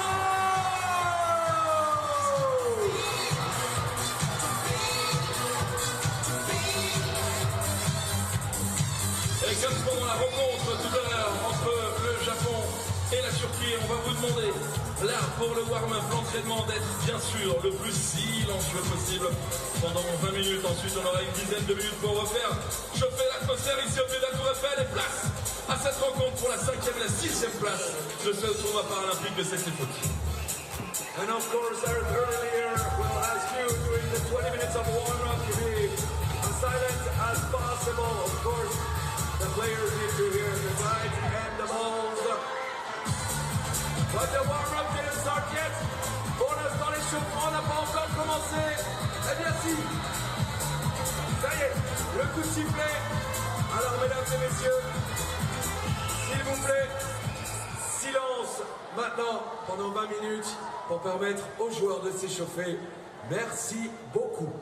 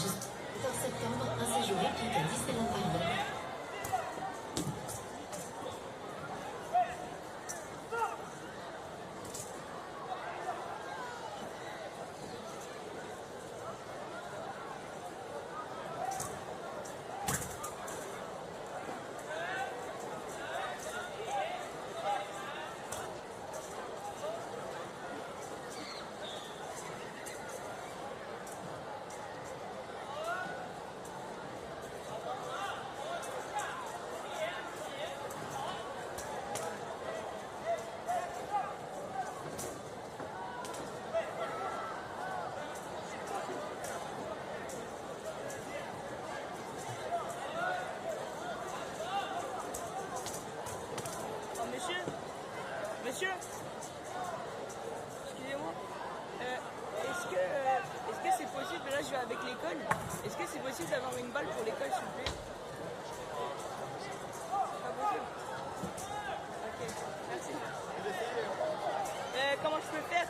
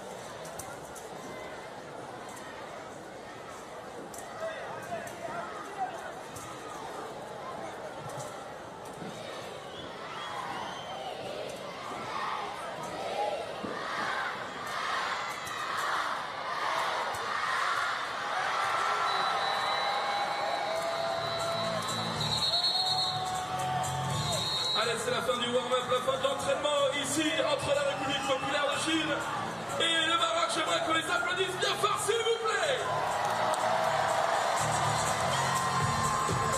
Le match qui va débuter dans un instant pour la 5e et la 6e place de ce tournoi paralympique de Paris 2024. Ça va être chaud, ça va être tendu, ça va être bon les amis, ça va être bon.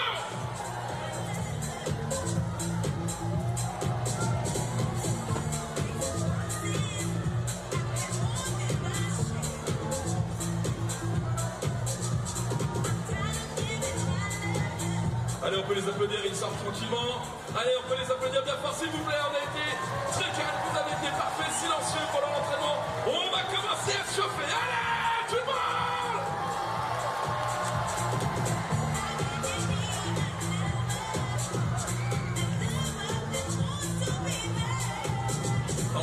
bien sûr, pendant le match, on reste silencieux, mais vous le savez, donc tout va bien, super, merci.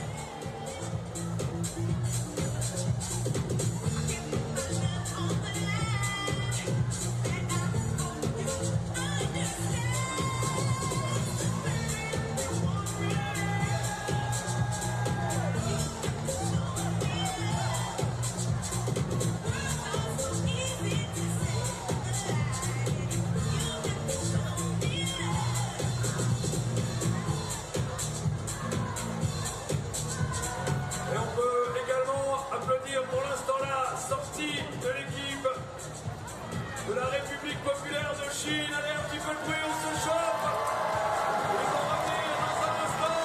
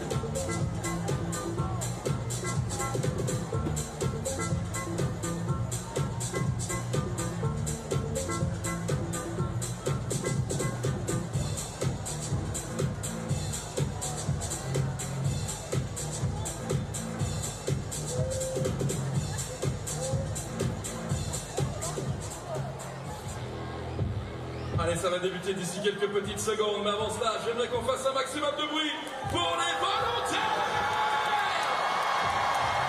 Ladies and gentlemen, welcome to our volunteers.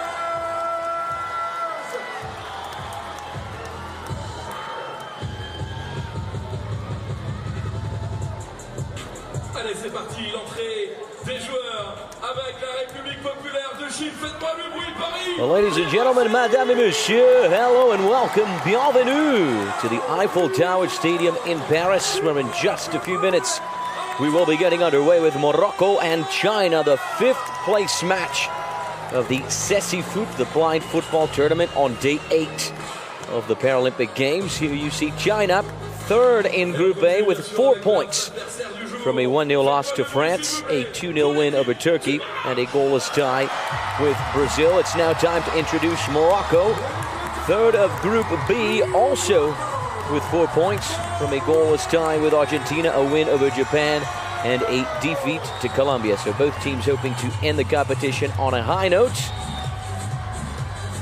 Turkey beat Japan 2-0 to finish in 7th. Japan finished dead last in 8th. So 1 win, 1 tie, and 1 loss for each of these teams. This is also a repeat of the bronze medal match in Tokyo 2020 when Morocco beat China 4-0. So both teams taking center stage right now. On the right-hand side, you see China. On the left, Morocco. Let's appreciate right now the national anthems of China and Morocco. Let's take a listen.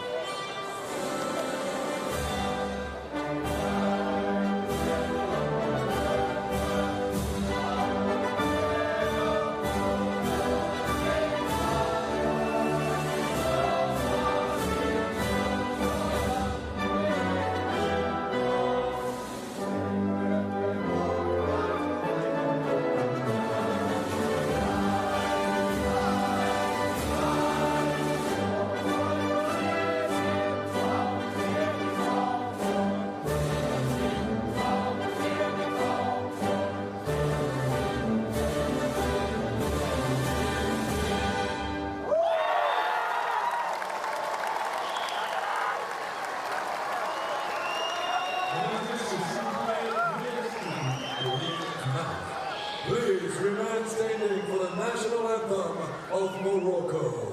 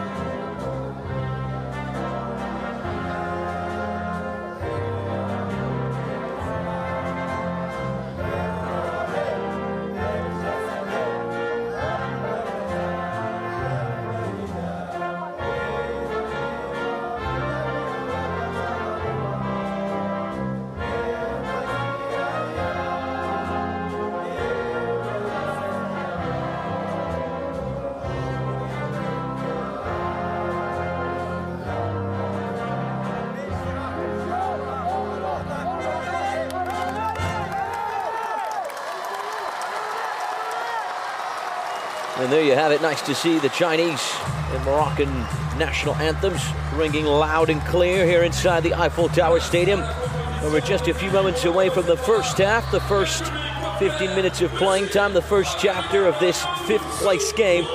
Let's introduce the starting lineup for China with Hua Xu in goal, Liu Meng, Li Haifu, Nang Zhong, and Zhu Ruiming are the starting players.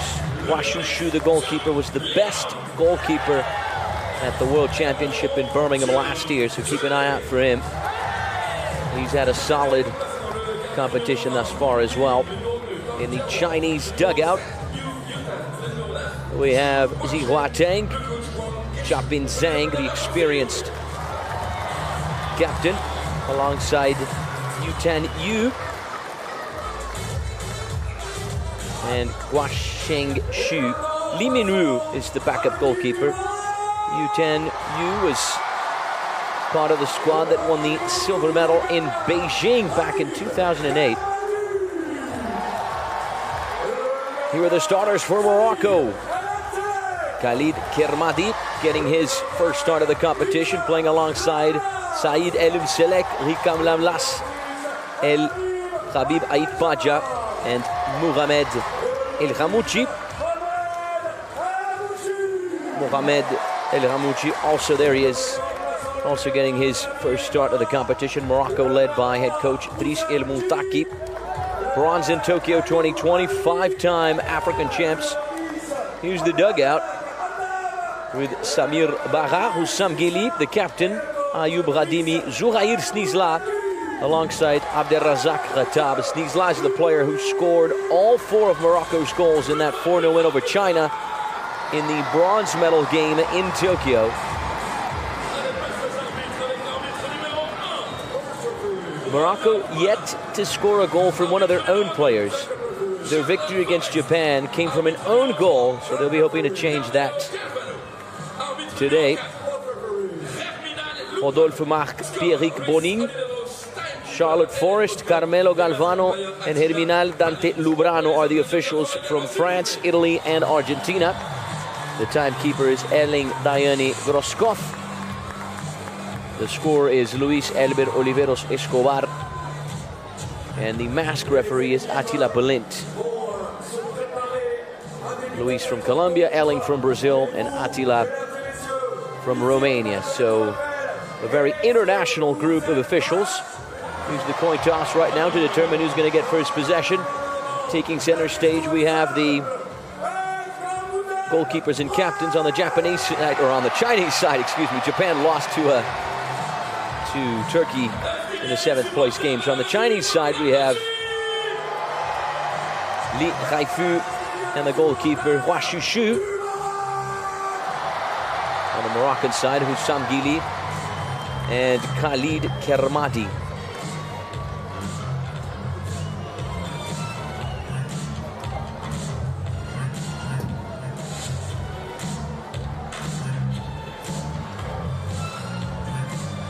China on their 5th Paralympic appearance, 4th place in Tokyo 2020 and in Rio back in 2016. Silver medalists in Beijing 2008 when they lost the final to Brazil. 5th place in London 2012, winners of the Asian Para Games in Hangzhou, China a couple of years back. Morocco on their 3rd Paralympic appearance, debut in Rio 2016, where they finished 8th. Did well in Tokyo, winning the bronze medal. There's Guixun Wang, the head coach for China. His assistant is Junjie Dong, who was the head coach for China when they won silver in Beijing. There's the guide for Morocco, Saïd Rimi, having a word with Ait Baja. There's Driss El Muntaki once again.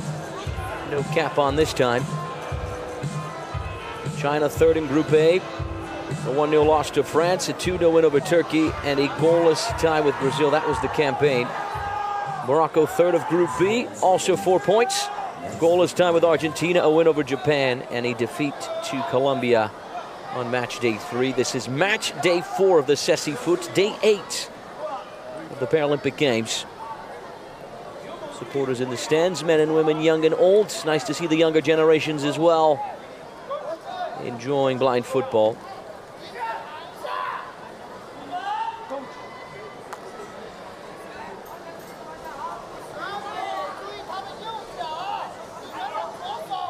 Allez, ça veut dire que d'ici quelques secondes, vous pouvez taper la main un petit peu encore.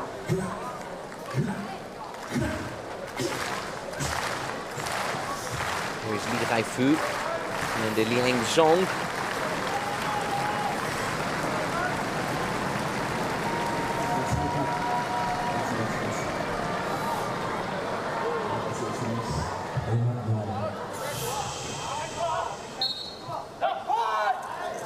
The referee sounds the whistle and we are underway with China and Morocco.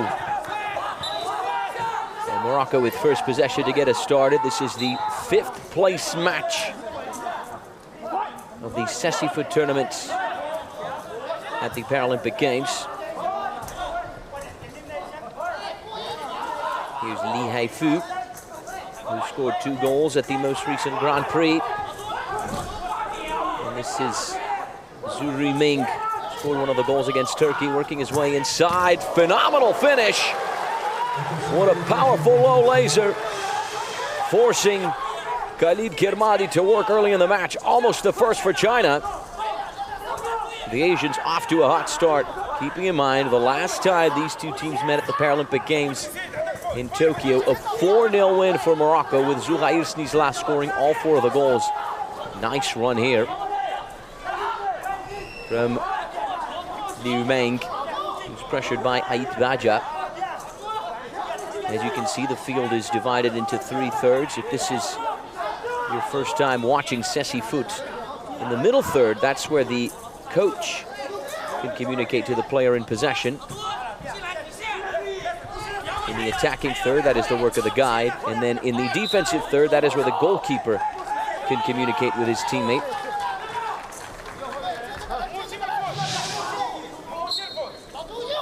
The ball, of course, emits a sound when it moves, obviously, so the players know where the ball is. The 4 outfield players are 100% blind, what we call the B1 category. But the goalkeepers are sighted. The goalkeepers, though, are not allowed to leave that small box that's around them. And then in regular football, we count up to 45 minutes. In Ceci Foot, we count down from 15. Just some of the more important rules. China have won Olympic medal, silver medal in Beijing back in 2008. They made it all the way to the final, but lost to Brazil, the 5-time Paralympic champs Brazil. The semifinals on one side, we have Colombia versus France. On the other, Brazil and Argentina, the South American Clásico. Nice effort there from Lamlas, off the board and out.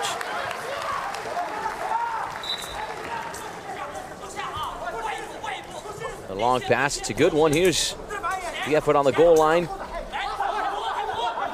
from Zhong, forcing another save from Kermadi.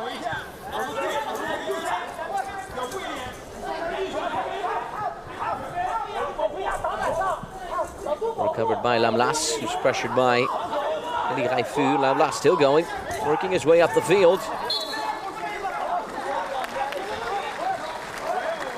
12:04 on the clock. Each team is allowed 4 fouls in the half. Starting from the 5th, the opposing side gets a direct free kick from the 8-meter mark. Nice change of direction there from Li Haifu. Surrounded by 1, 2, 3, 4 Moroccans.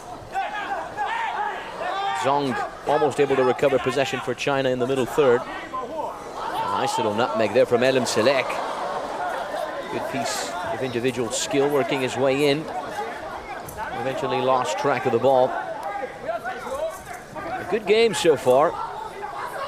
Off to a solid start, back and forth. A vertical game, as I like to call it. Here's Li Haifu, a nice pass for Ru Ming on the left. He's in the attacking third. Excellent run from Ru Ming, forcing another save from Kermadi. A nice effort on frame by Zhu Ruiming, the 24-year-old forward who scored one of the goals in that 2-0 victory over Turkey in the group stage. Zihua Tang scored the other.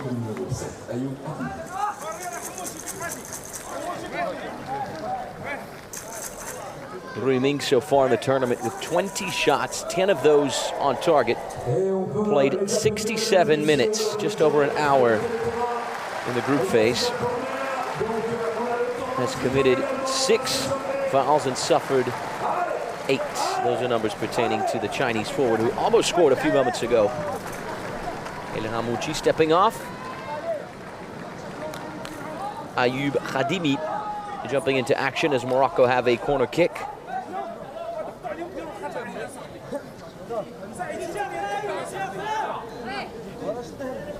Ten minutes and 58 seconds remain. This is the 5th place match at the Paralympics. Here's Ait Bajab. Blocked. Almost recovered by Song. He's chasing it in the middle third. Gets to it.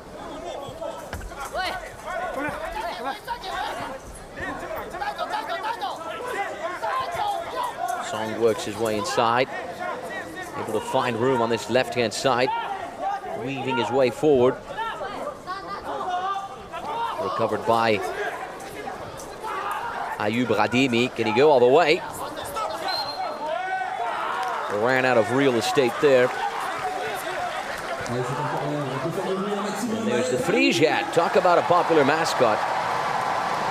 Everywhere you go, everywhere you look in Paris, I guarantee you, you will see Frige.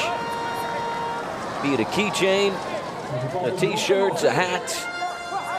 In some form, he is there. 10 minutes and 18 seconds on the clock. Substitution, corner kick for Morocco.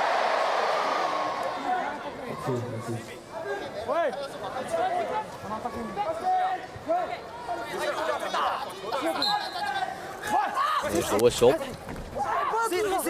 Selek getting in the way of Radini.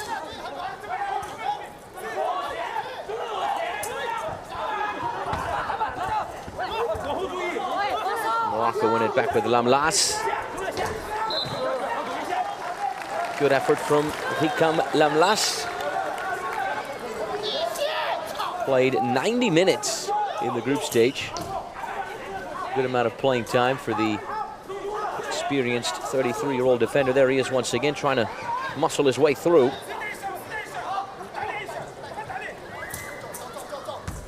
Cleared by Hua Shushu, the goalkeeper, who was the best goalkeeper, I've said this before, at the World Championship in Birmingham last year. As China finished runners-up, losing the final to Argentina. They were able to beat Brazil, though that was impressive, in the semifinals in a penalty shootout before losing to the other South American side. Here's Ait Baja. All 4 of the Chinese players close to him. He's pressured by Li Haifu. It's very much alive there on the goal line. Ait Baja still with it.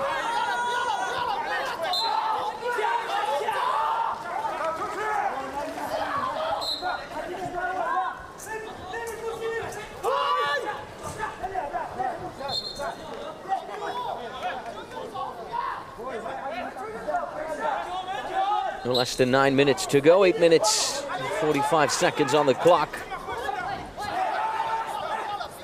China and Morocco still 0-0 in the 5th place game.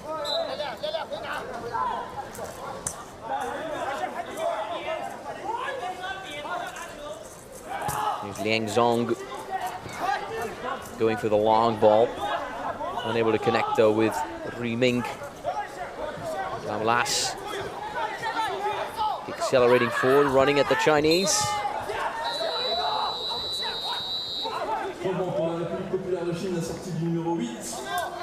Both teams also met the quarterfinals of the World Championship in 2018 that was held in Madrid, Spain. China had the victory 1-0 with Zhang Jiabin, the number 6 who's in the dugout today, scoring the winner. The experienced 30-year-old Zhang Jiabin.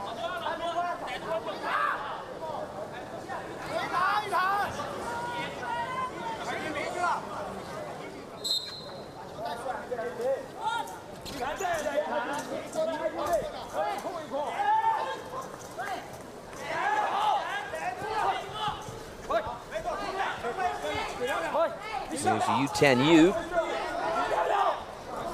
35 years of age, for the experienced player who won the silver medal in Beijing, with Junji Dong as the head coach. Here's Zhu Riming trying to push his way through, unsuccessful. China won it back in the middle third, once again with Riming slicing his way through. He attempts the effort, able to place it on frame, not powerful enough to beat Kermadi.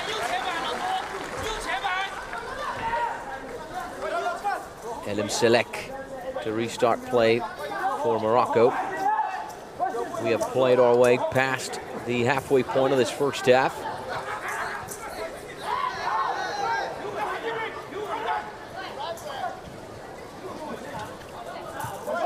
China have scored 2 goals and conceded 1.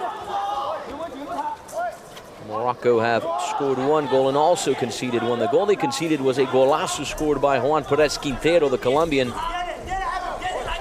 on match day 3 to send the Colombians into the semifinals as the first team of Group B on their Paralympic debut. So really historic for the South Americans. Nice run from Liu Bing, and he delivers. China are ahead. A sensational run by Liu Bing, capped off by an extraordinary shot into the back of the net. This time, no chances whatsoever for Khalid Kermadi, as Liu Bing is on the score sheet. China are on the scoreboard. The Asians are ahead. 1-0 China. Let's have a look at it again. Excellent run from Liu Bing. Forced his way through, found the space, found the angle, pulled the trigger with the right foot, back of the net. His first goal of the Paralympic Games.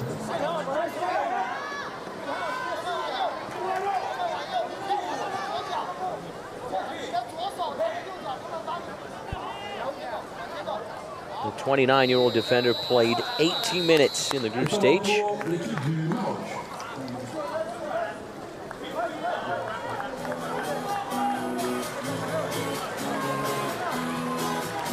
Timeout for Morocco. Driss El Montaki and the assistant Abdel Jalil Lukniti want to have a word with their men. Morocco with 3 World Championship appearances, 8th at the World Championship in Madrid 2018, 12th at the World Championship in Tokyo 4 years before that in 2014, and then 10th last year at the World Championship in Birmingham.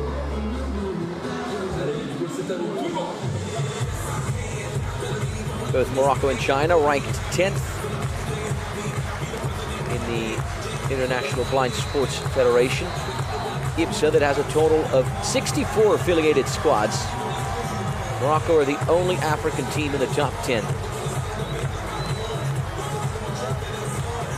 Egypt come next. They're in 21st. China with 4 World Championship appearances. Runners-up in Birmingham, 3rd in 2010. In 2018 when they won the Fair Play Award. And then 4th place in Tokyo 2014. Nice to see the supporters here, men and women, young and old, appreciating these Cécifoot tournaments.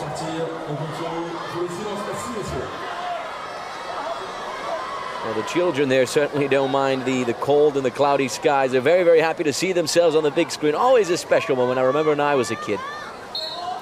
Always great to see yourself on the big screen, even today. The match restarts. Morocco looking for the equalizer at this point. And Liu Meng fired China into the lead. Their 3rd goal of the Paralympic Games. The 2nd conceded by Morocco. Goal kick.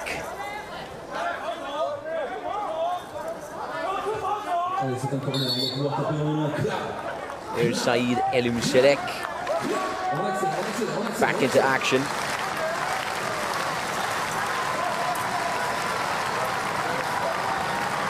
Rather a corner kick. There was a deflection on the play there, so I stand corrected. 6 minutes and 10 seconds on the clock.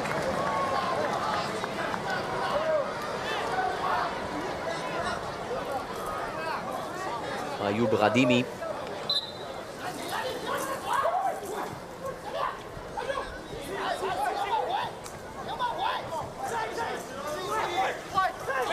China win it back. They have the counter-attack now with Leng Zong. Unable to get past Lamlas.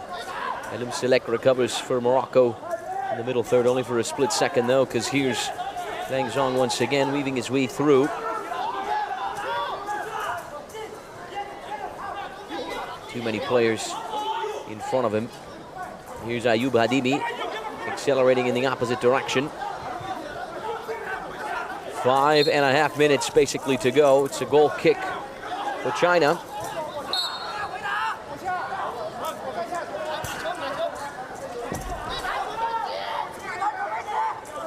Here's Leng Zong.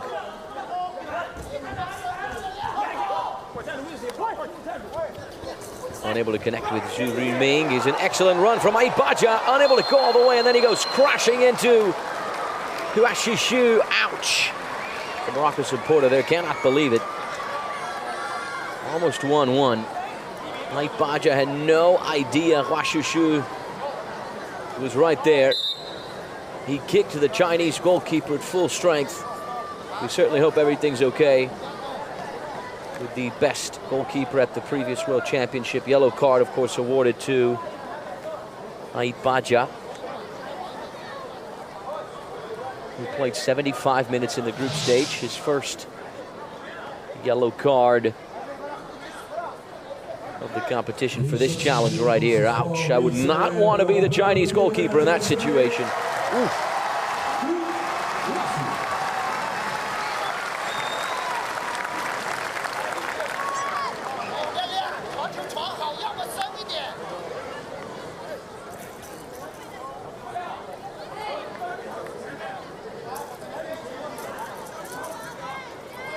It's a goal kick.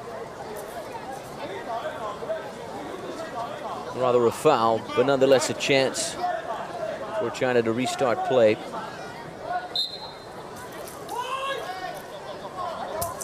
A little over 5 minutes to go. China in the lead, courtesy of the goal from Liu Meng.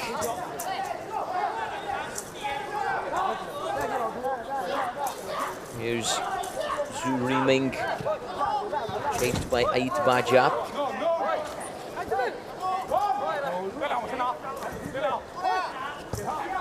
Recovered by Zong. He sends it the other way. For Yu Tanyu, nice piece of skill there. It's Kermadi's ball.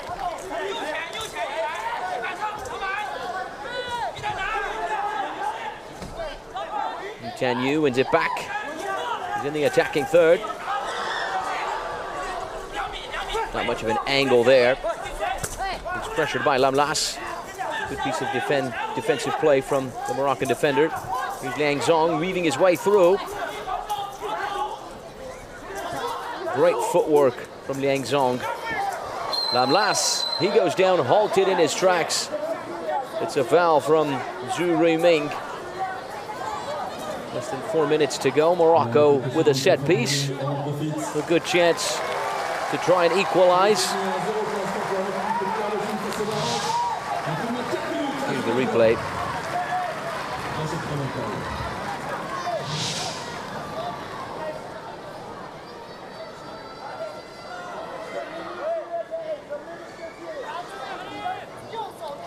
Three minutes and 47 seconds on the clock.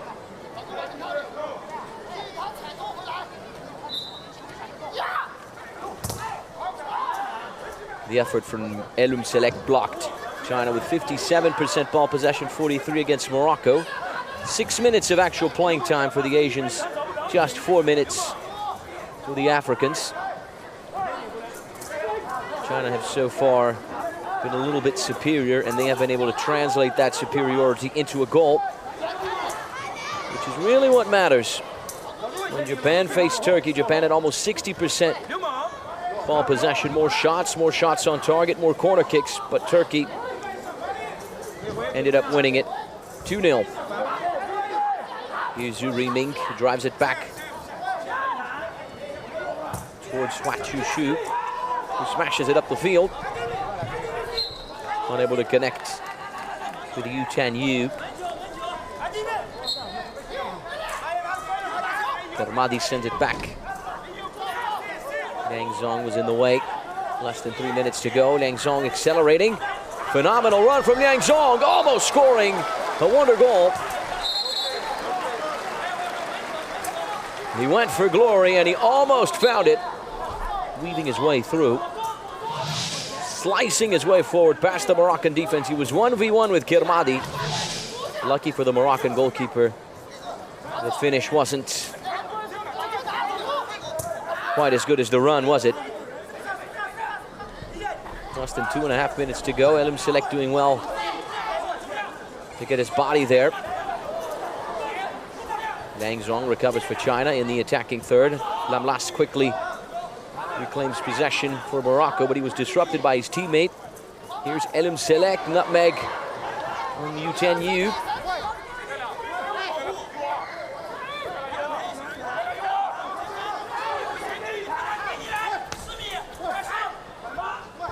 Lamlas able to push forward now.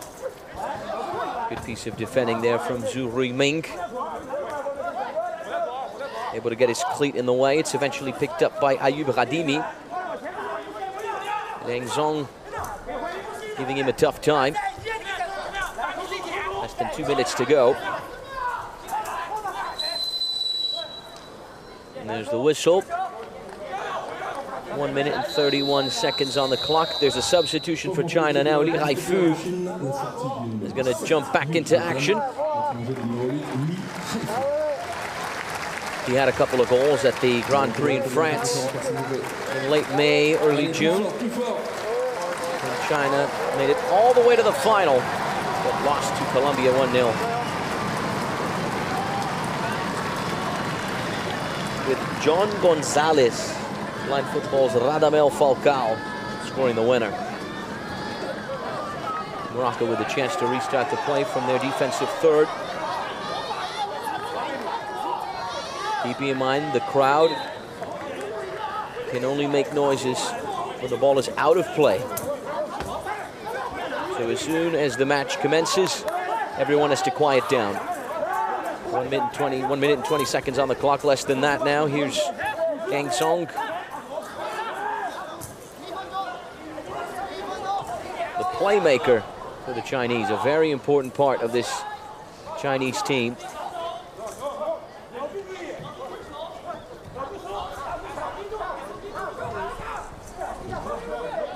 Li Haifu is putting some pressure on Ait Baja. 50 seconds remain. Here's Elum Select trying to work his way forward, still going.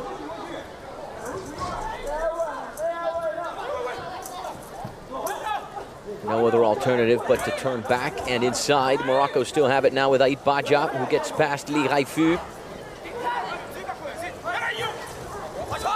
Liang Zong goes down. Late Baja as well. No foul on the play. It's recovered by China with Li Haifu. Good piece of defending from Lam Las to get his body in the way. Corner for China with 13 seconds on the clock.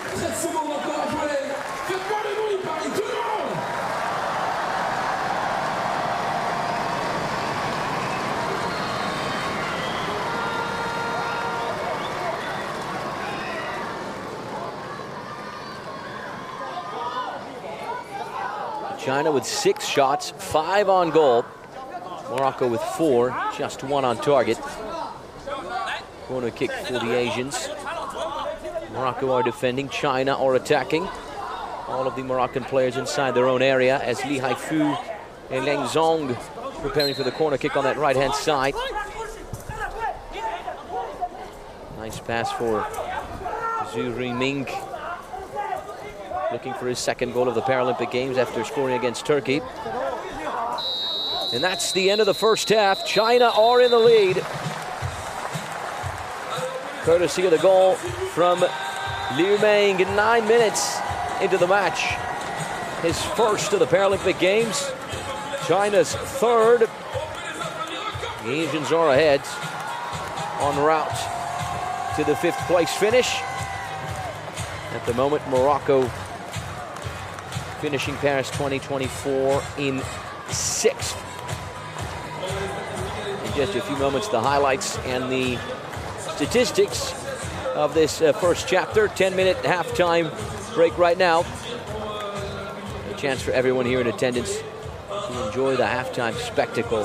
And I mean the halftime shows have been really something else. The announcer, the DJ, the dancers, just everyone really getting the spectators in the mood, in the zone. This is match day 4 of the Ceci Foot, the blind football tournament here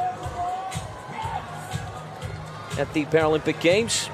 The Ceci Foot has been played at this level, on this stage, since 2004, when the Olympics and Paralympics were held in Athens, Greece. Here are the highlights. A couple saves there. A trio of saves, actually, from Khalid Kermadi, who's getting his first start of the competition.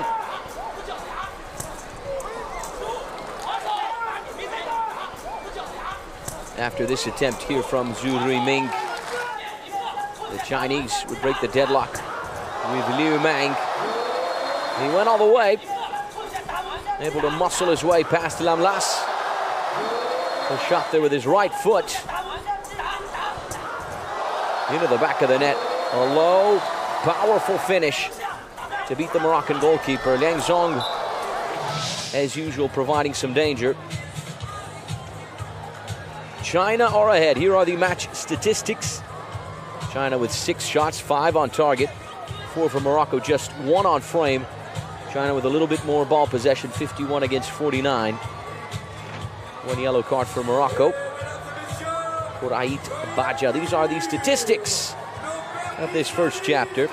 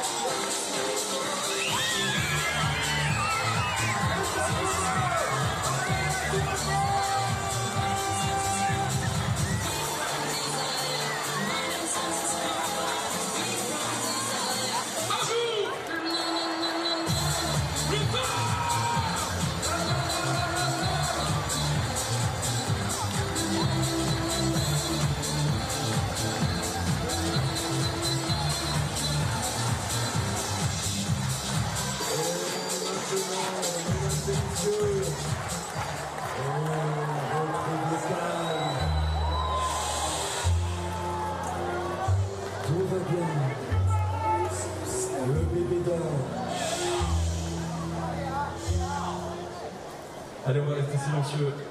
Bravo dans le jeu, merci. Et bravo, vous êtes au top.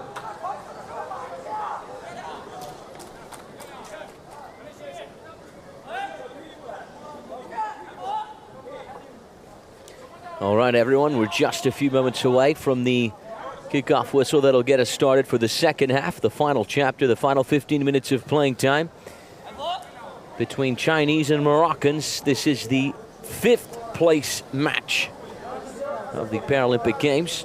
China 3rd of Group A, Morocco 3rd of Group B.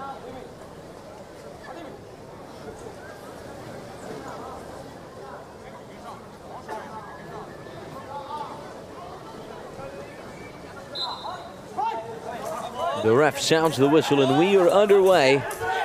China with first possession with Li Haifu trying to weave his way through. He only got so far. This is the 5th place match. China lead 1-0. Courtesy of a beautiful goal from Liu Meng. 9 minutes in, his first of the Paralympics. China's 3rd. Keeping in mind the last time these two teams met at the Paralympics for the bronze medal game in Tokyo, a 4-0 win for Morocco, with Zouhair Sneezlas scoring all 4 of the goals. I'm sure he's going to step in at one point in the second half. Recovered by China in the middle third with Zhu Ringning, who's exploring that left flank. He's chased by Lamlas. Lovely piece of defending from Lamlas. He has been a solid defender, and this is a solid run. Can he go all the way? Lost track of the ball, surrounded. It's snatched away from him. Picked up by Ayoub Khadimi in the middle third. Yang Zong gets a touch.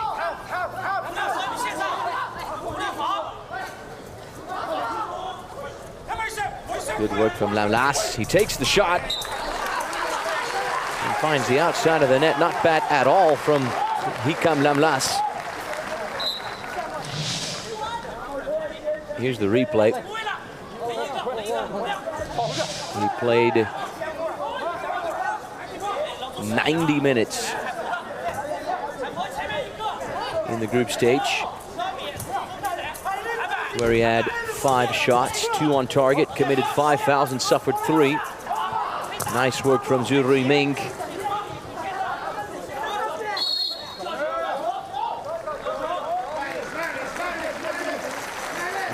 The forward wins China the corner kick.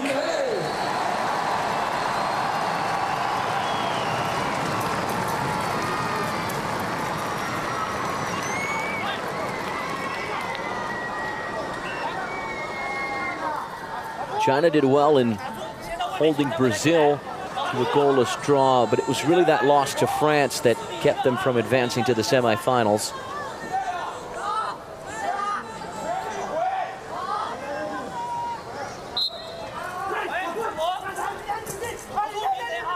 Since France advanced on points, but China had the better goal difference. Here's Zhu Ruiming slicing his way through. Lovely from Zhu Ruiming. Weaved his way through the Moroccan defense, found the space, found the angle, pulled the trigger, but his finish was off target. Here's Eiffel working his way inside, pressured by Zhu Ruiming, who recovers for China. Elim Selek with the final touch there. Another corner kick for the Chinese.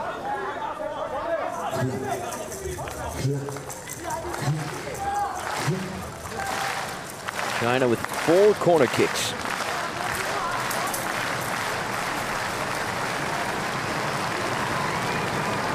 %51% ball possession for China, 49 for Morocco.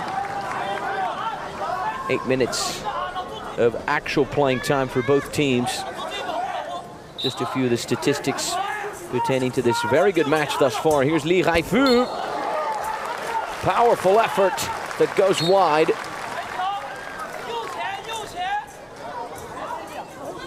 Kermadi plays it short with Elim Selek, who's advancing, snatched away from him by Zhu Ruiming, who's giving the Moroccan defense a tough time. He works his way inside. Lovely footwork, nice turn as well from Zhu Ruiming. Another shot that goes wide off the board and out for a goal kick. 12 minutes and 21 seconds on the clock. A little over 2.5 minutes into the second half. Here's Ayoub Hadimi, pressured by Li Haifu.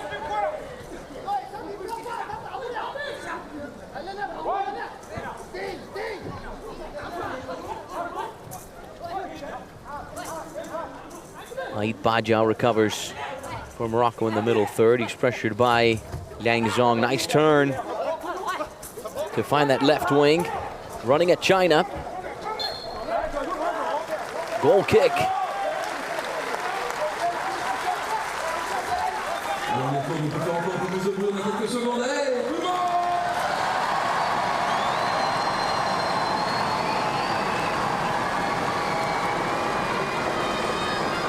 The Eiffel Tower Stadium with a chance to roar.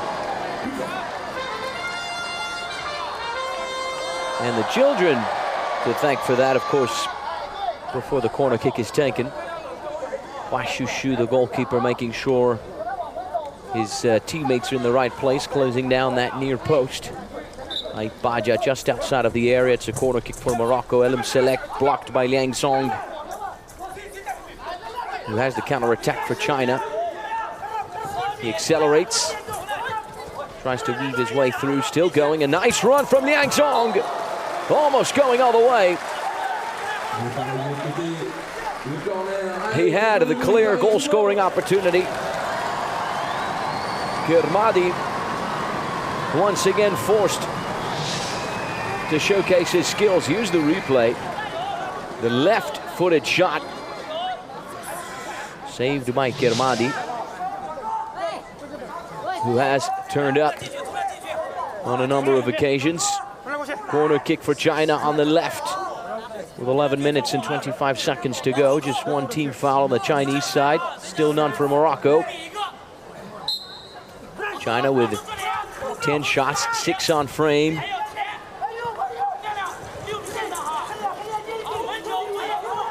Eventually collected by Khalid Kermadi.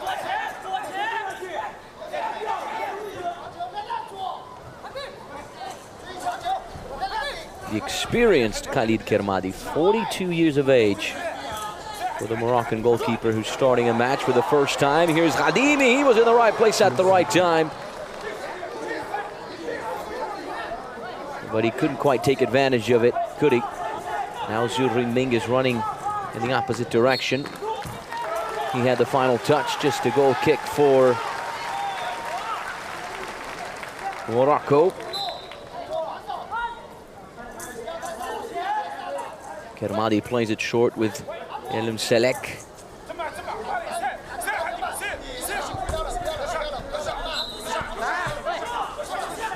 Ghadimi was the target there. The connection didn't happen. Ouashouchou plays it short. Just to recap, of course, the field is divided into 3 thirds. You see the middle third, that's where the coach is allowed to communicate with the player in possession. In the attacking third, that is the work of the guide. And then in the defensive third, the goalkeeper can communicate with his players. In theory, that is, but many times it's not really what happens. Here's Liang Zong, or rather Liu Riming. Almost able to make it 2-0 China. Here's Aid Baja working his way inside, trying to slice his way forward. Good piece of defending from Liang Zong. Ghadimi pressured by Li Haifu, recovered by China. Here's Lamlas. Able to muscle his way, force his way down that right flank. He's surrounded by 3 players. But he's still battling for the ball in his attacking third. Lamlas has certainly been one of the best defenders of the competition. Baja recovers for Morocco. The low laser that goes wide. Almost the equalizer for the 5-time African champs. Lovely left-footed finish there from El Ghabid Aid Baja.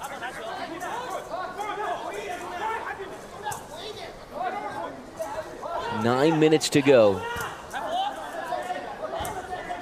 China still in the lead, courtesy of the effort from Liu Meng, the defender in the first half. Scoring 9 minutes into the game. Here he is, sending this ball towards the left-hand side where it's picked up by Liang Zong. Can he connect with Li Haifu? Yes, he can. He's in a good position. The shot was good as well, wide though, of Kermadi's goal. The 42-year-old goalkeeper immediately sends it in the opposite direction. There's Saïd Ghimi, the Moroccan guide. Ouashouchou able to connect with Zhu Riming, who's chased by 1, 2, 3 Moroccan players. No way he could get through that wall. Lamlas trying to run in the opposite direction. Recovered by Liang Zong, who's slicing his way through. Nice run from Liang Zong.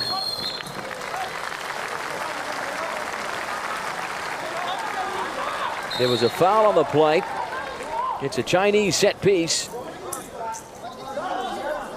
Good run from Liang Zong, the 23-year-old forward. Played 73 minutes in the group stage, where he had 4 shots. 3 of those on target, 75% of those shots on target.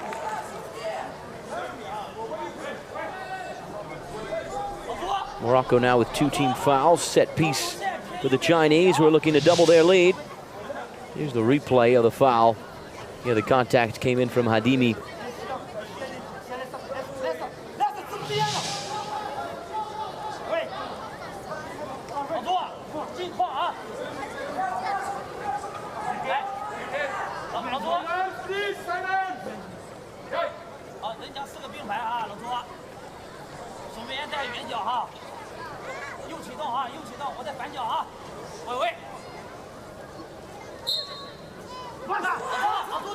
Underway.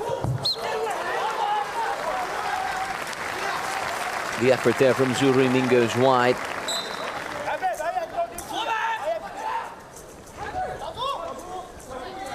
Here's Ait Bajab. And if you're wondering why Zouhair Snizla is not playing, he's not available.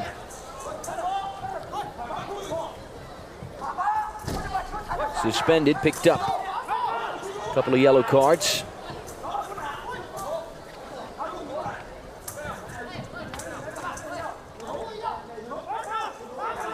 So Morocco will have to fare without their star striker. Lamlas trying to muscle his way through. Still with it. He's in the middle third right now. Friendly fire there from Hadimi, who's giving his teammate a tough time.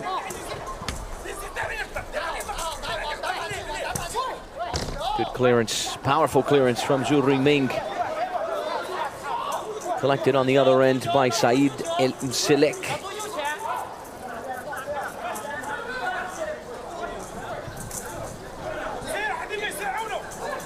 6.5 minutes to go. Great run from Liang Zong. This could be a wonder goal, just as I said it. He could make full contact with the ball with his left foot. But that would have been a superb individual goal from Liang Zong. A little over 6 minutes on the clock. With this result, China are finishing the Paralympic Games in 5th.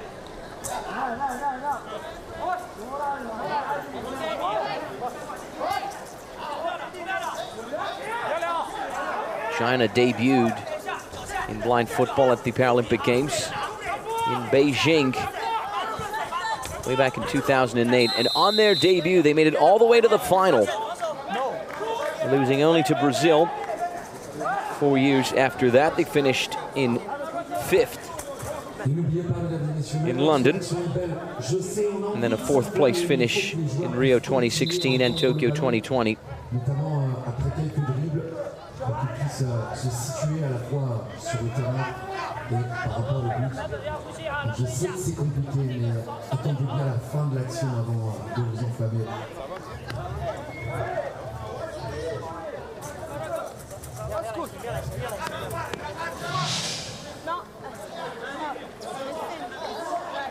China lost the bronze medal game in 2016 to Argentina, and lost the bronze medal match in Tokyo to Morocco. 2 team fouls, keeping in mind each team is allowed 4 fouls in the half. Starting from the 5th, the opposing side gets a direct free kick from the 8-meter mark. So the penalty kick is taken from the 6-meter mark.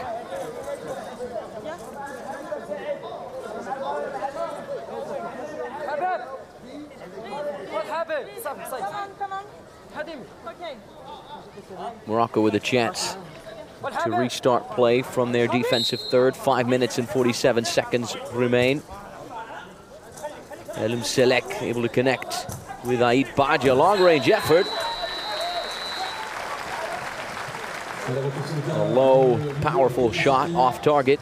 Hicham Lamlas back on the field. He's healthy, he's good to go. That's good news. Abderrazak Khattab is on the bench for Morocco, a player with over a decade of international experience for the African side.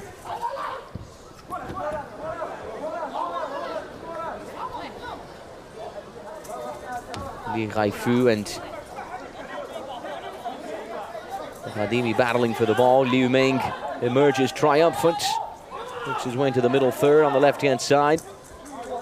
Sends it towards Li Haifu on the right. He's pressured by now Ait Bajab, right in front of the managers.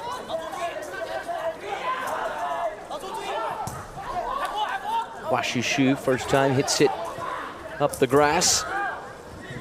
Trying to connect with Li Haifu, who's pressured by El Mselek. A very physical game, especially in this middle third.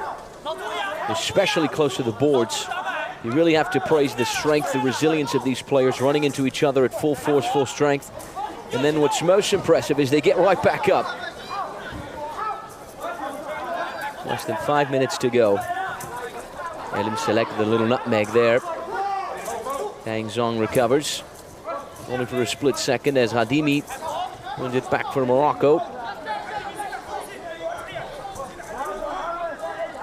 Over the past few minutes, the match has really happened in this middle third. Both teams with a certain amount of difficulty when it comes to venturing out of this space. Set piece for Morocco now. Turkey beat Japan 2-0 in the 7th place game to finish second to last.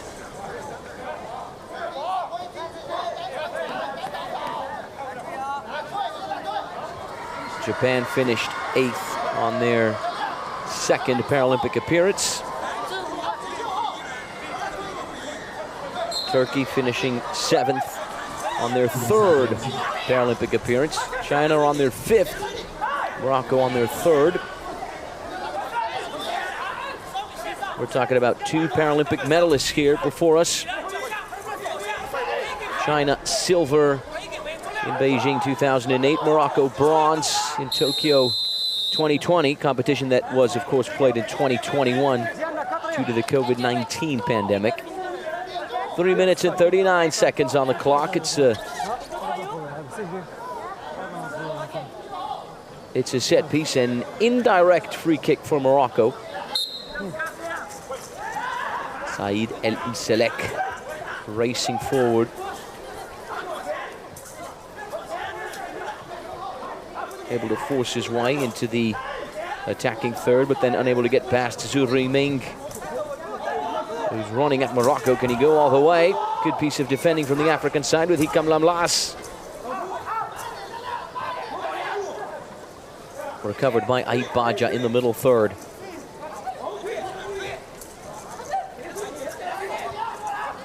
Morocco seeking that late equalizer.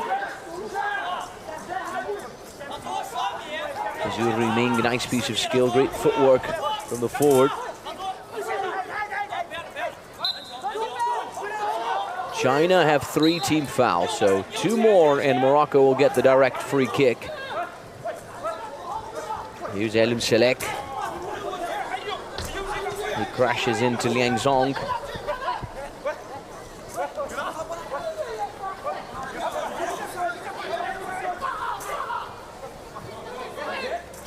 A very even match at the moment. Both teams with 12 minutes of actual playing time. Ball possession split down the middle. Nice run from Ait Baja. Almost the equalizer. How great was that?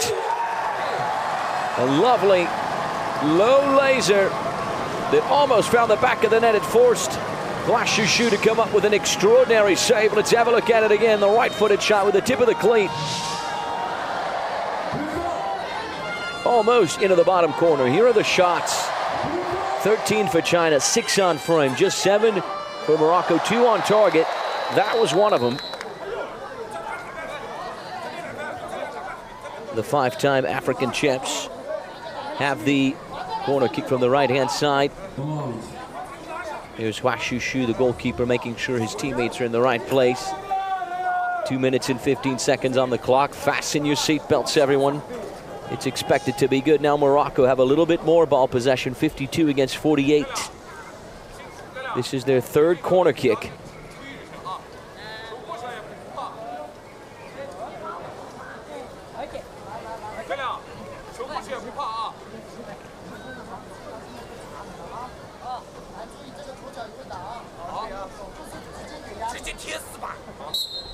There's the whistle. Ait Baja works his way back. Finds himself now in the middle third. Pressured by Zhu Ruiming, one of the goal scorers against Turkey. Zihua Teng, the other goal scorer, yet to come off the bench. The number 2. Less than 2 minutes to go. Morocco looking for a late equalizer to force the penalty shootout. Khadimi can't squeeze his way through. You see the goalkeeper there cannot exit that small box around him. He has to stay in his area, in his zone. It's not a big zone since only the goalkeeper is sighted. There's Said Himi, rather to pronounce his name correctly, and there's the head coach for China, Guixin Wang. His assistant is Junji Dong, who led China to the silver medal in Beijing. China en route right now to finish in 5th with only 1 minute and 32 seconds now on the clock. China win it back. Elim Selek recovers from Morocco in the middle third. Advances, he's in the attacking third. Good finish from Elim Selek, finding the outside of the net. We're about to enter the final 60 seconds of playing time. A good long pass, a good control from Liang Zong. I can tell you one thing, what Liang Zong just did there is easier said than done.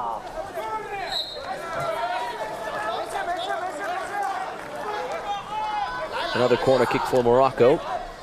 The Africans are pressuring. 14 minutes now of actual playing time for Morocco, 12 for China. Morocco with 53% ball possession against 47 from the Chinese. 58 seconds on the clock. Can Morocco find a late equalizer to force the PKs? Ayoub Khadimi and Aït Baja on the set piece. There's the whistle. Aït Baja works his way back. Couldn't find the ball there. It's now a counter-attack for China with Zhu Riming, who is accelerating. Lamlas gets his body in the way. It's a corner kick now for China, exactly what they wanted with 41 seconds on the clock. 3 team fouls for China, 2 for Morocco. From the looks of it, China will be finishing the Paralympic Games in 5th, on their 5th.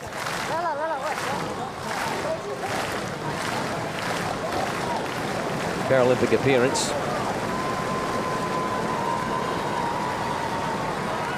Or rather, on their 6th Paralympic appearance, of course. 5th before this one.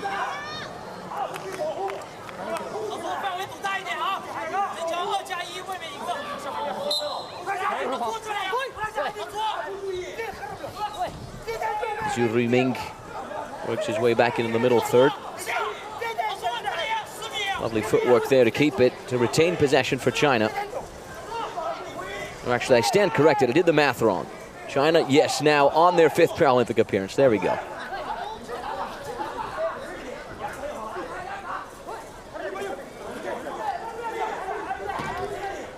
We're about to enter the final 10 seconds of playing time. Elim Selek recovers from Morocco in the middle third. He drives forward. Liang Zong sends it back. 3, 2, 1. And that's the end of it. There's time for no more. China win 1-0. Liu Ming's goal 9 minutes into the match. Enough to settle it.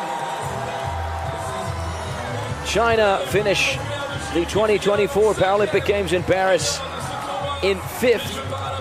Morocco are 6th.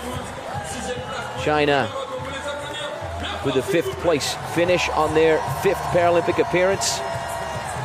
2nd in Beijing 2008, 5th in London 2012, 4th in Rio 2016 and Tokyo 2020. 5th once again in Paris 2024. Liu Meng scored the winner for the Asians 9 minutes in. His first of the competition, China's 3rd.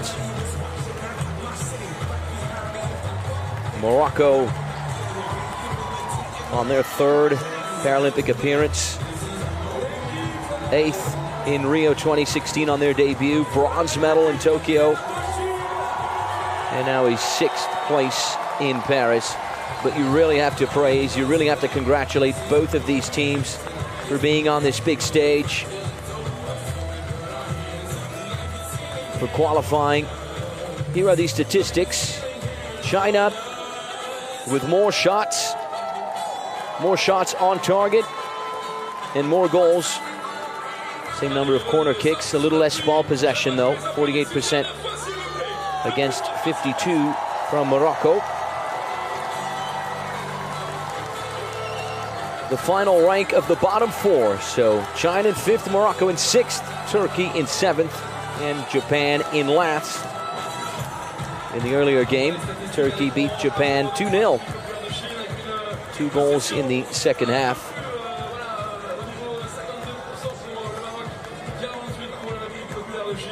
This is match day 4 of the CECI Foot, day 8 of competitions here at the Paralympic Games. And here's the final result once again. People's Republic of China with the victory. Liu Meng, the 29-year-old defender, scored the winner in the first half. In the semifinals, on one side, Brazil and Argentina, the South American Clásico, a repeat of the final from Tokyo. On the other side, hosts France, who will be taking on Colombia, the top team of Group B on their Paralympic debut. 2 very much anticipated battles. Whoever loses will head towards the bronze medal match. Whoever wins will play for gold.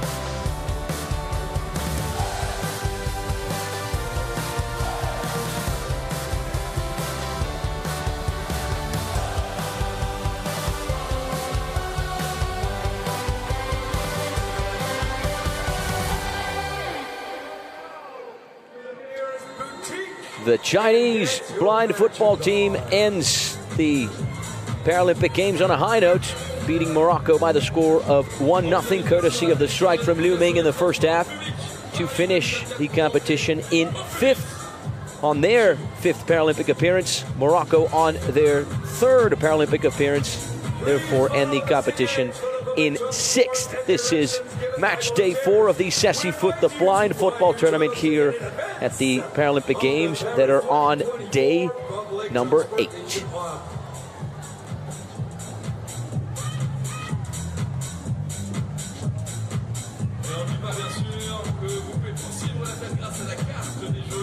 Disponible sur l'application Paralais, l'application officielle de Paris 2024. Keep the celebration going with a games map available on the official Paris 2024 app.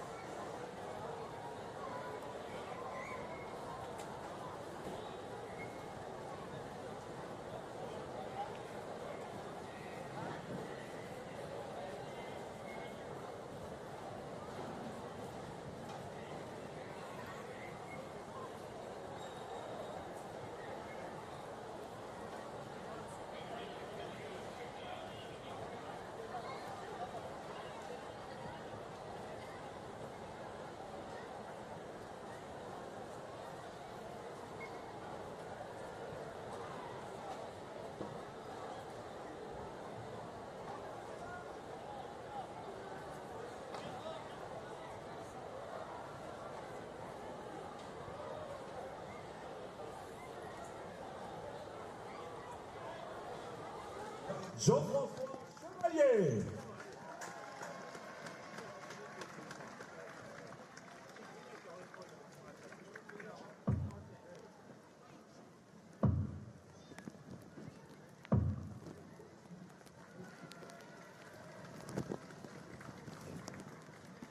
Allez, on peut l'applaudir bien fort encore s'il vous plaît, messieurs, dames. Allez, faites-moi du bruit. Allez, on se chauffe, on se chauffe, on se chauffe. Et on va continuer de se chauffer pour accueillir les volontaires, les bénévoles ici pour les Jeux Paralympiques. Des Jeux de Paris 2024 vous accueille à cette session de sexy-foot.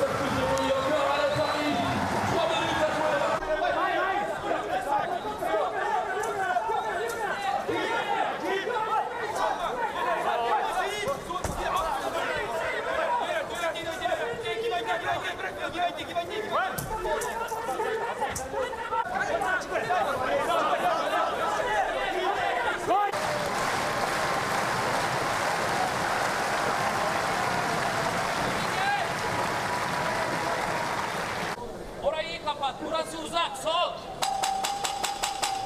Kendine direkt gelin. Goto et l'entrée du numéro 4, Hiroto Taka. On va les applaudir bien fort s'il vous plaît. Plus fort.